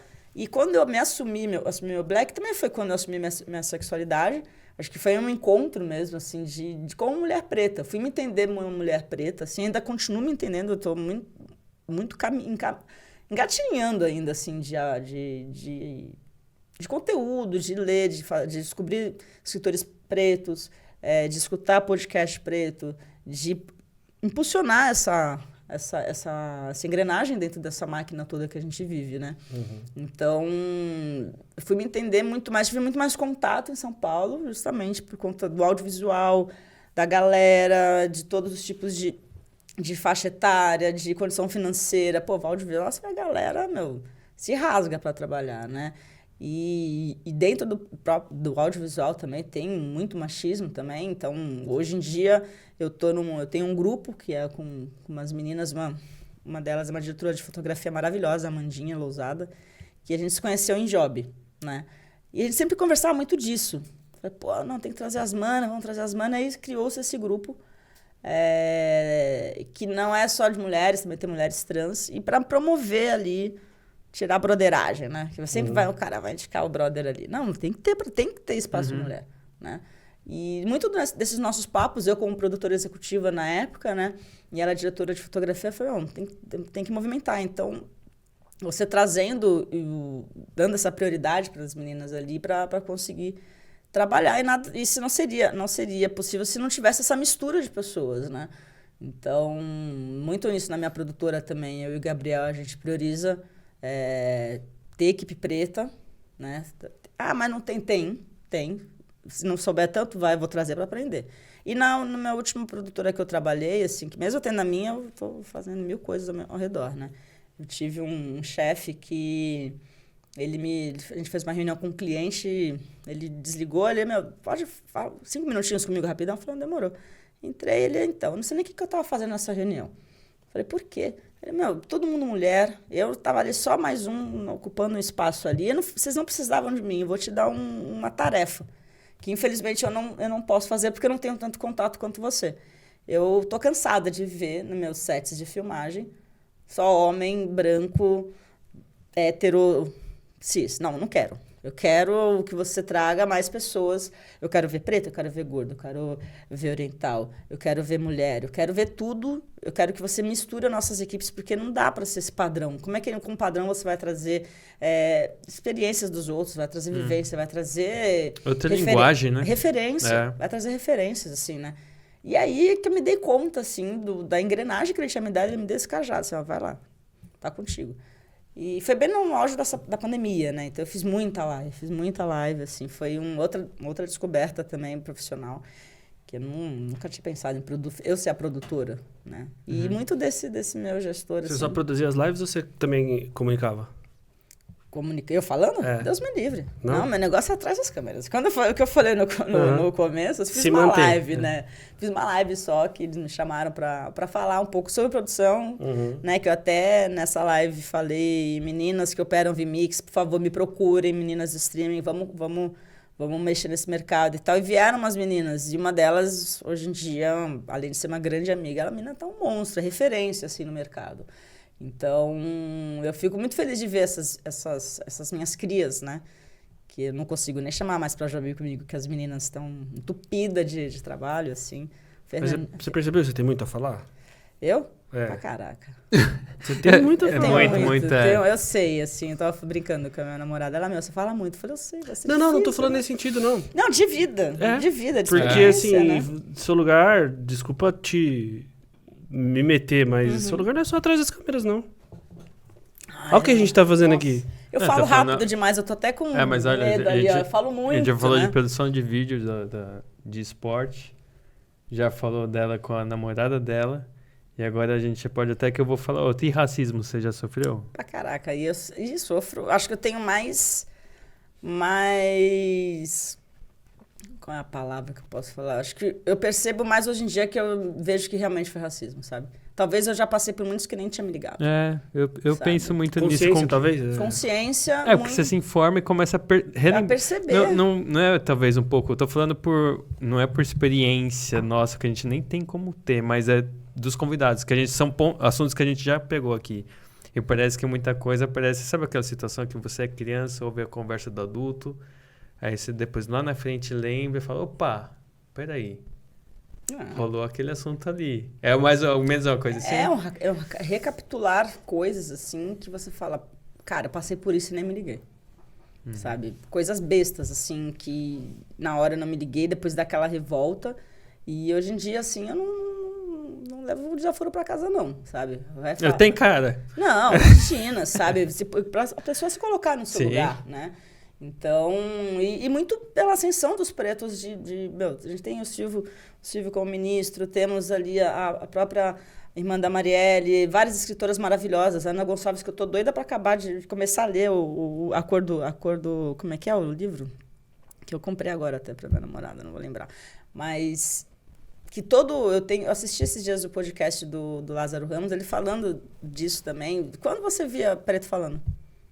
Sabe? O podcast dele vale muito a pena ver, que é com a da Giovanni Bank da FEPAS, que vale muito a pena ver ali, que você vê que é um cara, o quanto ele passou também, né? Que eu nunca tinha visto ele daquela forma, assim, né? Então, temos grandes pensadores que estão sendo ouvidos, assim, sabe? E que estão chegando, né? Estão chegando a mim, eu aqui no meu auge, meus 41 anos, eu nem sabia muita coisa. Acho que isso é um pouco do letramento racial que o Arapê falou aqui, né? É uma coisa que tá Ah, rolando. eu não consegui finalizar o dele, tá maravilhoso. Mas você eu, tava, eu, você eu tá assisti, vendo? eu Você assisti. viu também da Dani Souza? Não, eu vi da Isaac, que eu conhecia É, até você ela, falou. que ela é amiga de uma grande amiga também. Mas o Arapê era o último que eu tava vendo, aí eu já tive que parar, que alguém me chamou. É, Dani Consegui Souza ver. também depois eu vou te passar pra você ver. Agora, essa situação de racismo você teve, acredito eu, muito nessa parte sua profissional, né? Também. No Mas esporte no esporte também? ô, Isso que eu ia coração, perguntar. Muito. É? No esporte, sim, que já tiveram casos de eu ser campeã. E aí, quando foi lá apresentar, tá pra patrocínio, viu quem eu era, viu que eu era preta. E no final fechou com uma amiga minha que estava em terceiro lugar, finalizou em terceiro lugar. Caramba. Por um lado foi legal que era minha amiga. Foi a Ju até, mais uma vez. Foi ela, então falei, tá bom, amiga, pelo menos você tá aí com patrocínio, não foi pra outra pessoa. Mas teve um movimento também dentro do surf, muito grande, com a Silvana Lima. A Silvana, ela era a nossa única representante brasileira durante muitos anos no circuito mundial. Agora que a gente tem a Tati, que ela foi naturalizada brasileira, mas ela é filha de brasileira, morava no Havaí. Mas a Silvana jogaram no ventilador, bem dizer assim, que ela tinha criação de cachorro, o canil, para vender, para ela conseguir competir. E ela é uma mana preta, nordestina, não tá naquele padrão surfista loirinha que vai aproveitar no catálogo. Parafina. É. Que vai usar no catálogo. Porque o cara, né? Aí mais uma vez que você vê de ter homens ali à frente quando não tem mulheres em cargos de liderança. O cara vai pensar na mina, a mina é gata, né? Vamos botar ela pra também fazer o catálogo. Ah, vamos. Então, isso no esporte também tem bastante. Tem bastante. E não só no bodyboard, mas eu acho que na natação também.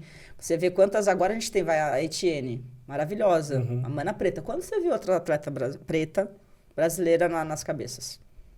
A Ana Marcela, que é nossa monstra aí também da maratona aquática, medalhista olímpica e tal. Monstra é pouco pra essa daí, hein? Nadei com ela aí ano passado. Fizeram uma Nossa, prova essa lá é- de comemoração da medalha olímpica dela, né? Ela nada lá em Santos até. E também, sabe? Tipo, você não vê preto na natação. Tá bom que também tem a questão biológica que talvez na natação não tenha tanto desempenho, mas eu te pego lá atrás mais ainda. Natação é um esporte caro, brother. Se você parar pra pensar. De nadar, de ter suplemento, e não ter não sei o que. Você vê muito atleta preto no atletismo. Né? Mas se você parar pra pensar, voltar atrás, natação é um esporte caro. É muito caro. Por que o surf parece ser mais democrático? Porque o mar, em tese, é público, né? Em tese. Em tese. Acho que por que não existe uma questão mais diversa no surf? Tem, mas é patrocínio. É Tem patro- muito, tem muito. Tem, mas eu não vejo. É isso, Exato. não chega pra... Não chega, tem muito projeto social. Tem muito projeto social da Rocinha, que é lá em São Conrado, que saíram vários atletas muito bons, que foram campeões também, que conseguiram competir no circuito mundial. A gente tem o Sócrates Santana, que ele é da comunidade Pavãozinho, lá na Copacabana. O moleque, ele é bicampeão mundial de júnior e é um dos nossos principais atletas no circuito mundial. E é um moleque preto, coisa mais linda, um querido, um educado, mas ele consegue, faz um tempo que eu não vejo, mas ele consegue ter essas viagens porque já tiveram muitos atletas ali que trouxeram, eu não vou lembrar o nome do outro atleta que era da Rocinha, que mostraram que sim, dá para ter. Mas, por ser diverso, tem muito projeto, mas ainda impacta nisso, né? Ainda impacta bastante, assim, né? Na questão visual, né? A gente sabe que incomoda ter um preto falando ali. Ter um preto estampando uma capa de revista. Uma capa, né? Revista online, mas enfim. Tá no lugar de É um fala. destaque. Tá no destaque. Incomoda. Incomoda bastante, assim. Eu tô assistindo um documentário, depois assistam, o Sankofa, que é o César, que é um fotógrafo, e mais um outro escritor. Eles estão fazendo o caminho inverso dos navios negreiros que chegaram no Brasil com os povos que foram, né, arrastados para o Brasil. E aí mostrando esse caminho inverso da cultura, de tudo isso, né? E ali fica muito claro da questão do porquê, a identidade né, ancestralidade desses pretos, né? De, tipo, tiveram pessoas que foram mandadas de volta para a África como punição, aí então vai voltar. E que era de Angola e foi parar na Nigéria. Era da Nigéria e veio parar em Gana, não fala a mesma língua e tal. Então tem muita apagamento histórico preto, né? Então isso, são coisas que eu nunca tinha chego em mim, assim, nem eu tinha ido atrás também para procurar saber. Mas é um lugar de fala que incomoda. Tem uma mulher, um cara preto ali falando e ver a quantidade de casos de racismo que sempre existiu, porém agora todo mundo tá com o celular na mão, né? Isso que eu ia falar. E em que momento? Faz muito tempo que você teve esse estalo, assim, esse despertar, vamos dizer? O despertar sim, mas eu acho que a revolta tá um pouco maior agora todo dia você vê alguma coisa, cara. Todo santo dia, pô. O Vini Júnior foi pouco, tipo, demorou. Quanto tempo não demorou pra começarem de fato a falar? Ninguém mais falou nada, né? Na verdade, acho que o caso dele, a diferença foi como ele lidou, né? Sim. Perto de todos os outros casos que acontecem o tempo inteiro. Eu tenho um pensamento meio polêmico em relação a isso. Sabe por quê? E você vai... Não é uma polêmica enorme. Assim, é muito mais acho que é de visão. Talvez eu fico pensando daqui uns anos no passar da régua dele, assim, do Vini Júnior. Qual vai ser a importância dele pro esporte, pro futebol, comparado com o Neymar? Ah, sem dúvida. Você entendeu? Não. De tipo, por mais marketing que tenha, que habilidade muito maior, tudo, mas, putz, se bobear o movimento... legado, né? Ele vai deixar um legado. Já tem. Hoje, se você pegar agora, fazer o corte, se essa passada de régua fosse agora, já era muito maior do Vini do que do Neymar. Vai ter, acho que vai ter alguma lei, alguma coisa assim com o nome dele, né? Uhum. Então, assim, a gente vai... Lógico, a gente vai lembrar da habilidade do Neymar, tudo lá, mas se pensar não só no monetário, mas no valor como sociedade que ele vai trazer, o incômodo dele e do jeito que ele se portou, eu nem estou falando se foi a melhor maneira ou não, mas de alguém que foi ativo e bater de frente e o outro que é passivo. Um que escancara ali, joga tudo na tela, e o outro... É um ponto, mas a que ponto, né? É. Eu nem imagino que esse garoto deve ter passado na cabeça dele ali, todo o suporte que ele deve ter tido ali por trás. Eu não consigo nem imaginar. Assim. Eu vou um pouco até além. Para ele se portar desse jeito, do jeito que ele foi, ter essa maturidade toda, imagina que ele já foi tanto apedrejado, né? Porque ali, do jeito que ele foi, um ali espana muito bem. Sim. Cara, ele teve ainda um preparo mental ali que, putz, meu... Ele tá, acho que, numa liga que ela é... A Liga Espanhola é racista, e ponto. Horrorosa. Não adianta, assim... É nitidamente racista. Os comentários dos caras que fazem parte ali da crônica esportiva espanhola... Eles mesmos, né? A própria Liga falando, pô, para de reclamar e vai jogar bola. Como se fosse um assunto que... Peraí. Com isso. É o tal do mimimi. Né? Que é mimimi, compra o gato gago. Mas não, gente. É assim... Não, é mimimi pra quem não passa. Eu fiz um vídeo no auge da pandemia, logo quando estourou o caso lá do George Floyd, daquele garoto Adriano que lia os textos e a galera começou a entrar, lia os livros ali no Instagram, entrava no perfil, o moleque tinha 11 anos, eu acho. E começaram a falar um monte de coisa, era só um moleque, brother, sabe? E aí eu fiz uns stories ali falando sobre isso, assim, né? Tipo... Não, e também teve o caso do cara lá no mercado também, do que segurança enforcou. Enfim, mil coisas que sempre acontecem, mas que só foram possíveis... que as pessoas acreditam que acontece porque foram filmadas ali. Aí do garoto, ele postou os prints que foram escritos. E aí eu fiz um vídeo falando da revolta, assim, de como... Eu sei, eu tenho a noção que eu fui a única preta em muitas rodas onde eu permeei. E eu não tinha essa noção, é isso. Eu comecei a ter essa noção quando eu fui para São Paulo. Então, aonde eu estudei, eu tinha bolsa de estudo lá por conta das minhas tias que trabalhavam na delegacia de ensino. Então, eu era a única preta da escola, da minha classe. Depois, no outro colégio também a mesma coisa. E o meu círculo de amigos ali, a maioria é branca, ponto. Eu não sei a galera do surf que tem um ou outro ali, que vê mais uma pretitude ali. Mas que também nunca se enxergou dessa maneira, assim, alguns amigos que eu tenho. E aí eu fiz um vídeo só falando, imagina se fosse meu irmão correndo na praia, meu irmão, pô, atleta também, né? Correndo ali, o polícia acha que é não sei o que, mete bala. Ah, mas não sei o quê. Comecei falando, não vou lembrar agora como é que foi esse texto, assim, que eu fiquei revoltada. A galera, faz um Reels e posta. Falei, aí eu postei. Daí a pessoa, você tem que falar mais sobre isso. Eu falei, eu não tenho que ficar falando mais sobre isso. Sabe? Não tenho que ficar falando. Vocês têm que se ligar. Mas de vez em quando é bom falar sim, mas eu não tenho que ficar falando. Sabe? Não tem que ser uma pessoa próxima pra você se ligar. Ah, é verdade, né? Sabe, até a galera, quando um dos meus apelidos era Morena Verão, eu falei, porra, eu sou preta. Hoje eu já falo, eu sou uma mulher preta, eu não sou morena. Não sou morena. E até eu entender isso, como uma mulher preta, foi isso um despertar de vida, de vivência, de leitura, né, de conversas, assim. Meu sogro até brinca, assim, que a minha namorada é mais preta do que eu, porque ela é uma mulher branca, ela tem muito mais estudo, assim, na área também, assistente social, enfim, mestranda, e ela me traz muita referência para eu ler, você precisa ler tal coisa, assim. Então, eu li um afrofuturismo maravilhoso, que era Caraca, eu tô esquecendo o nome de tudo hoje, assim. É muita coisa na minha cabeça, né?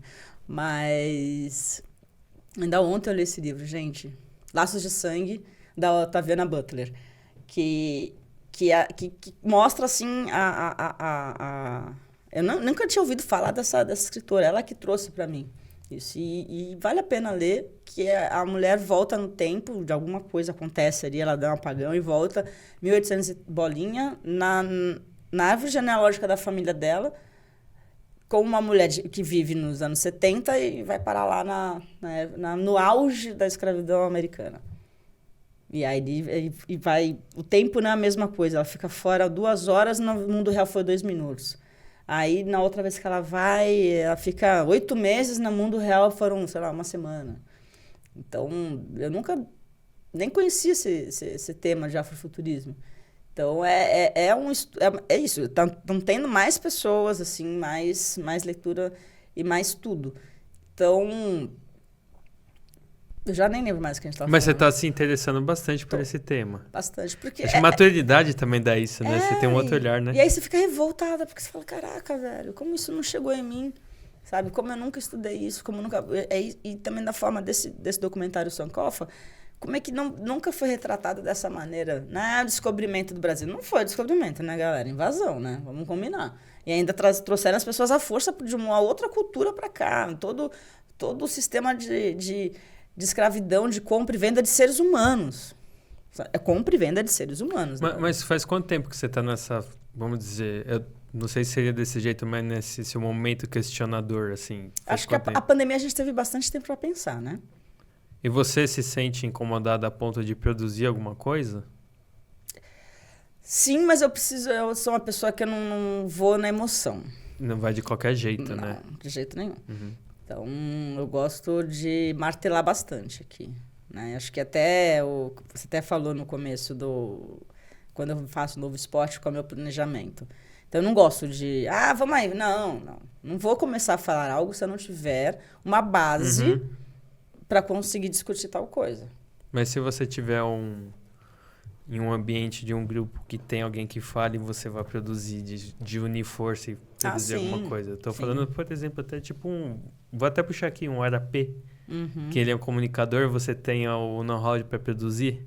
Pô, sim, fazendo fazendo aqui na frente, não sei se eu estaria à frente, porque eu sei que eu falo rápido, eu faria assim, um curso de oratória. Sim. Não respiro, às vezes. Mas todos os lados são importantes, né? Você não precisa estar na frente. Você tá atrás que tem uma bagagem também já acrescenta muita coisa, né? Às vezes você estar na frente aqui é o despertar para alguma coisa acontecer e você voltar para trás, mas de repente a gente não sabe. É isso que eu tô falando. Porque mas acho que precisa de gente na frente, precisa de gente atrás. Sim, eu tô imaginando onde sua cabeça tá exatamente agora e faz total sentido, tá?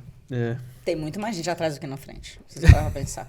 Não, eu caí pra fazer direção de uma campanha lá pela produtora que eu não ia fazer. Não, tô fazendo a produção.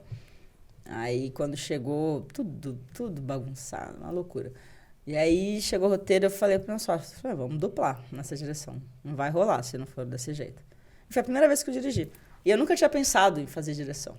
de fato, assim. Não, imagina, não, o negócio é outro. Aí fiz dois, aí tem, dependendo do tipo de projeto que entra na produtora, a gente fez um que era até o Relatos Reais, o nome. E aí era o pessoal contando a história de vida ali, do porquê, como tinha mudado a vida depois de fazer tal prova, enfim. E aí tinha que fazer a pessoa chorar. Eu falei, vamos aí, vamos trocar ideia. E conseguia fazer ali, meio me sentindo um pouco no Faustão ali, né, e tal. Mas foi uma coisa assim também, que eu nunca tinha pensado, imaginado fazer a direção. E aí fui começar a estudar mais, entender mais coisas, assim, né, voltar um pouquinho no storytelling, que eu fiz curso de storytelling lá atrás e tal.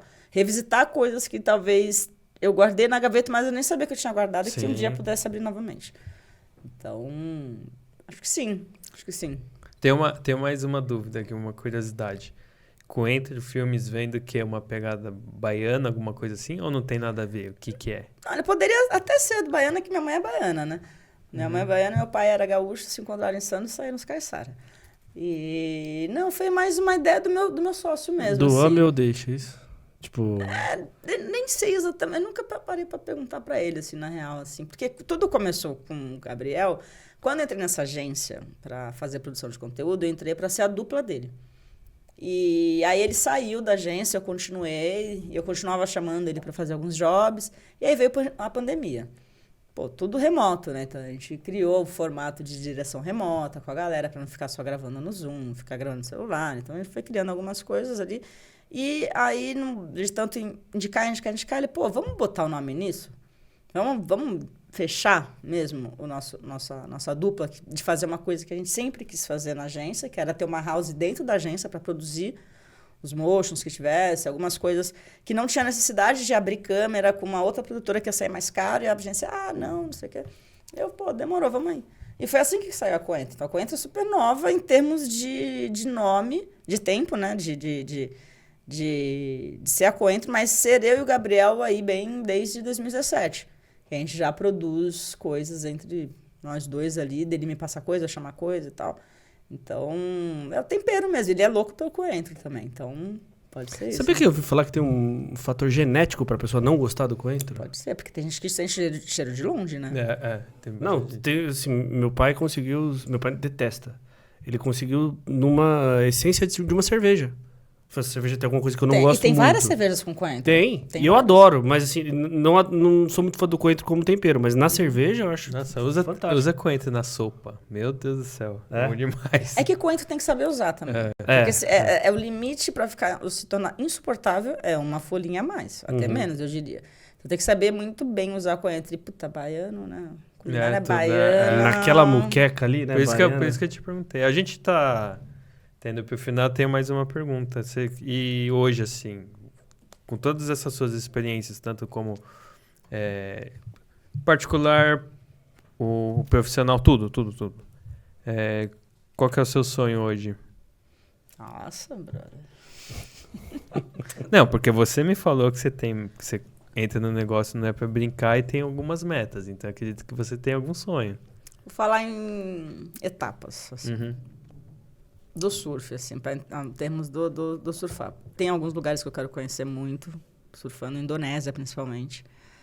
Não só a Indonésia, mas tem outros. Mas a Indonésia, para mim, sempre foi o meu ponto principal, que eu tava com passagem comprada para ir 2020.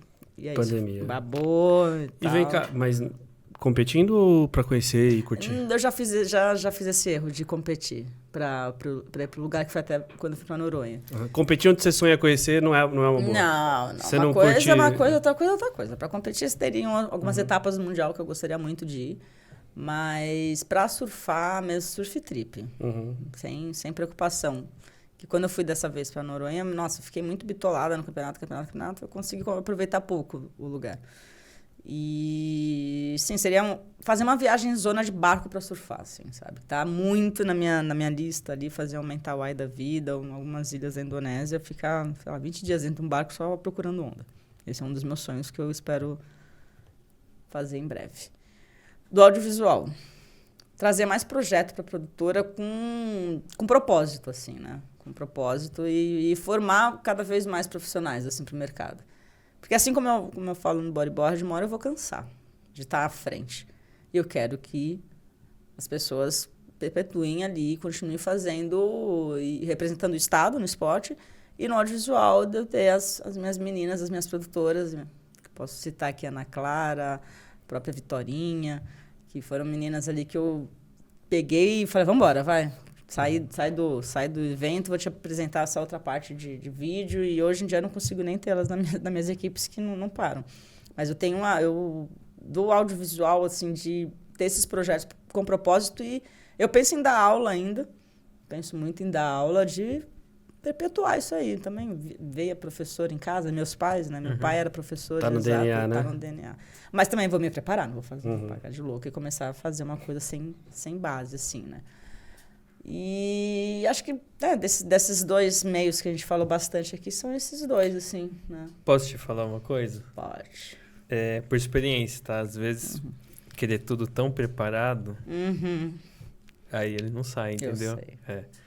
Agora, e de tudo isso, assim, o que você tem, vamos supor, até hoje aqui, a partir do momento que você nasceu hoje, no geral, o que você tira como uma lição, assim, para um recado, assim? O que hoje você percebe que o seu momento hoje você teria mudado, feito diferente, ou que você acertou, que foi um diferencial? Você tem alguma coisa, assim, que você olha, assim, como lição mesmo? Tô falando, por um exemplo. Você fala, putz, eu teria aberto mão de ter feito tudo tão perfeito e só teria feito para sair. Sabe algumas coisas assim? O que você tem? Você tem alguma coisa assim? É difícil falar isso pra uma capricorniana, né? Bem difícil, né? Todo mundo dia? aqui é. De que dia? Todo mundo. Mentira. Eu sou do dia 9. 9. Minha esposa e meu filho são do dia 8 e eu sou do dia 19. E eu 31 de dezembro. 31 de dezembro. Mas ele é um ano modelo diferente. A gente é do mesmo ano que o modelo. Então vocês sabem muito bem, né? Que a gente não desiste tão fácil e fica planejando muito, fica queimando muito miolo e às vezes não faz as coisas. Mas acho que de aprendizado, assim, que eu poderia... Eu não mudaria nada, com certeza. Porque tudo que eu vivi me trouxe até aqui, nesse momento, conversando com vocês. Mas é acreditar que as coisas não acontece sem ter um motivo, assim, né?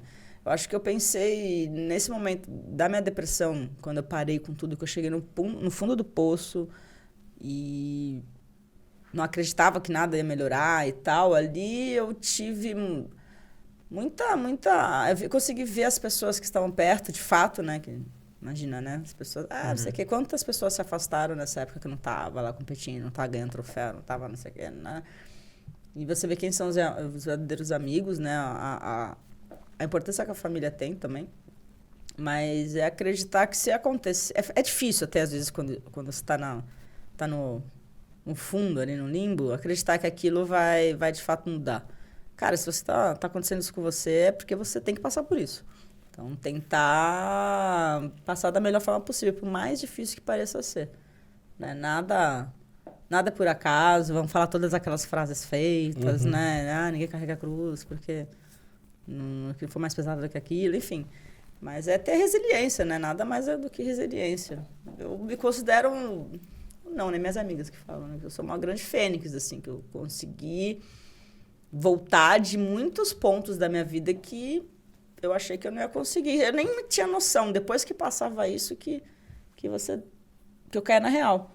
Na verdade, você cai na real quando você conta a história. Exato. Aí você começa a lembrar de tudo e ver o que você fez já. Você não dá conta, você tá ocupado fazendo, né? Exato, você tá tentando achar o caminho pra isso. Aí quando você isso. conta a história que você relembra, né? A maior esporte que ela escolheu, né? Ela não quisesse mar revolto, tinha ido jogar golfe, né? Como é que Que fala? é tudo tranquilinho, né? Bom marinheiro não se faz com mar calmo. Né? E eu assim como um bom surfista. Exato. Né? E eu falo assim que nesses momentos as pessoas citam ditados populares, aí fica, nossa, mas é chavão. Mas ele ele é famoso porque faz sentido pra muita gente. Ele resume muita coisa em 4, 5 palavras. Não, mas geralmente ele é famoso porque todo mundo replica, né? Fez sentido pra ele e vai falando. Se fosse uma coisa tua, ele não seria famoso. Não, e até zoando até com esse do mar calmo não faz o bom marinheiro, se o mar estiver calmo, eu vou nadar ou vou andar de stand-up. Então, eu vou arranjar uma outra coisa pra fazer daquilo que me Mas não é o que você quer, né? Se pudesse ligar o botãozinho lá pra ele ficar mais... Mas eu ia ficar muito cansado também. Você surfar todo dia, surfa por exaure, não tem como. E é isso. E agora que eu voltei 1 mês e meio pra lá,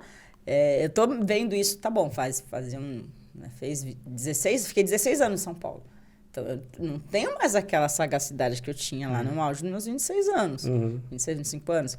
Então, já é tudo. Todas as lesões que eu tive, é o corpo cansado e tal. Eu não vou surfar todo santo dia, porque, nossa, vai dar um ruim. Então, tem que ter outras coisas para fazer nesse período. Então, não bitolar também, né? Não bitolar. Então, Falando nisso, como que você tá agora, fisicamente, assim? Saúde? Tô bem. Pezinho tá bom? Tá... às vezes dá uma sentidinha aqui, né? Mas estou conseguindo reorganizar minha vida, relembrar como é que é ser caiçara de fato, né? Então, tô bem, assim, fisicamente bem, cabeça bem. Acho que foi uma decisão muito bem acertada ter voltado. Tava no momento já. Tava mantendo 2 casas, assim, não fazia sentido. Ficava 3 dias em São Paulo, 4 dias lá embaixo. Então, eu falei, pô, para, né? Que nessa semana eu tô aqui, que eu tenho algumas coisas de job para fazer. Hoje eu tava na agência, então ficar segunda, terça e quarta aqui na casa de umas amigas. Quando não, fico em algum Airbnb da vida aí. Mas se eu fizer a primeira que eu fico em São Paulo, sem ficar na casa das amigas, eu vou escutar. Então, eu posso te falar que eu tô, de tempos, assim, tô bem pra caramba, assim, fisicamente falando. Como fazia um tempo que eu não tava. Naquele conjunto, né? Físico e mental, você tá num momento bacana. Se o físico tá bom, mental vai tá Para um atleta, principalmente, né? Uma coisa tá ligada diretamente à outra, né? Sim. E eu acho que é muito... Eu acho que o esporte me ajudou muito nessa minha trajetória. Porque, puta, para o atleta desistir de alguma coisa, assim, ou você se estorva mesmo, assim, não quer mais nem escutar falar sobre aquilo, como eu conheço alguns amigos e amigas que, nossa, falar de natação até chora. Mas de surf também, assim, mas é a resiliência do atleta, é a paciência, eu acho. A paciência ali de que você não vai alcançar tão facilmente ali um tempo, uma prova, é um treinamento ali, é o treino, né? É o treino da vida. Vai treinando, para quando às vezes você está executando, nem está se ligando que está executando aquilo, né? Mas... Preparo, né? É o preparo. Preparo. Eu pedi, sabe, pra você falar suas redes sociais aí, da Coentro e tudo. Ah, sim, vamos lá. Coentro é @CoentroFilmes. Tá no Instagram? Tá no Instagram. Tá no LinkedIn? Tá no LinkedIn também, tá no LinkedIn. O meu Instagram é @MyLopes, que aí você até brincou, por que não usar o Lopes da Luz, né? Porque na natação, quando tinha balizamento, a galera sempre falava da cruz. Falei, não é da cruz, é da luz. Daí eu só comecei a usar o Lopes. E ficou também pra galera. O pessoal de evento me conhece como Mai, e o pessoal de publicidade me conhece como Mei. É meio maluco. Mas eu penso em fazer um perfil que eu tenho de muita foto e botar meio luz. Vamos ver. Eu tenho muita foto. Eu preciso girar essas coisas pra botar... Jogar pro universo. Pelo amor de Deus, haja HD, né? E tô no LinkedIn também como Mayara Lopes. Legal. Tô nessas redes aí. Muito bom. Acho que com isso a gente caminha para o nosso encerramento, certo? Certo. Você que está assistindo, chegou até aqui, não deixe de se inscrever no nosso canal do YouTube. Não deixe de seguir o Papo de Escada em todas as redes sociais. Estamos no LinkedIn, inclusive. Instagram, TikTok, Spotify, Deezer, Castbox, Google todos, Podcast. Onde vocês digitarem lá Papo de Escada, vai encontrar lá o nosso perfil. Não deixe de acompanhar a nossa convidada nas redes sociais que ela acabou de citar. E até nosso próximo encontro, certo? Muito obrigado aqui pela sua presença. Obrigada pelo Nos vemos convite. em breve. Faltou a gente perguntar alguma coisa? Não, nossa, falei tanta coisa que eu tô até com a boca seca aqui. Imagina. Muito bom. Valeu, gente. Fábio. Tchau. Até a próxima. Tchau, tchau. Caraca. Falei, meu Deus. Falamos, Misturei, nossa, as coisas. Ainda sabia que eu ia fazer isso. Será que o celular caiu? Uma galera me ligou. Eu escutei um pó. Era o seu celular caindo? Era o meu caindo. O mundo pra trás. Eu achei que era o Fábio pra variar. O Fábio sempre... De vez em quando eu caio. Agora você apareceu, a gente vai deixar. Se você não deu o stop ali, você vai aparecer. Nossa, Nesse daí. vou cortar agora. Não vai importa, apertar não. Você gostou? Gostei. É isso, eu fiquei pensando ainda de tudo que eu ia falar. Que eu sei que eu me atropelo. É muita coisa. E eu sei que eu falo...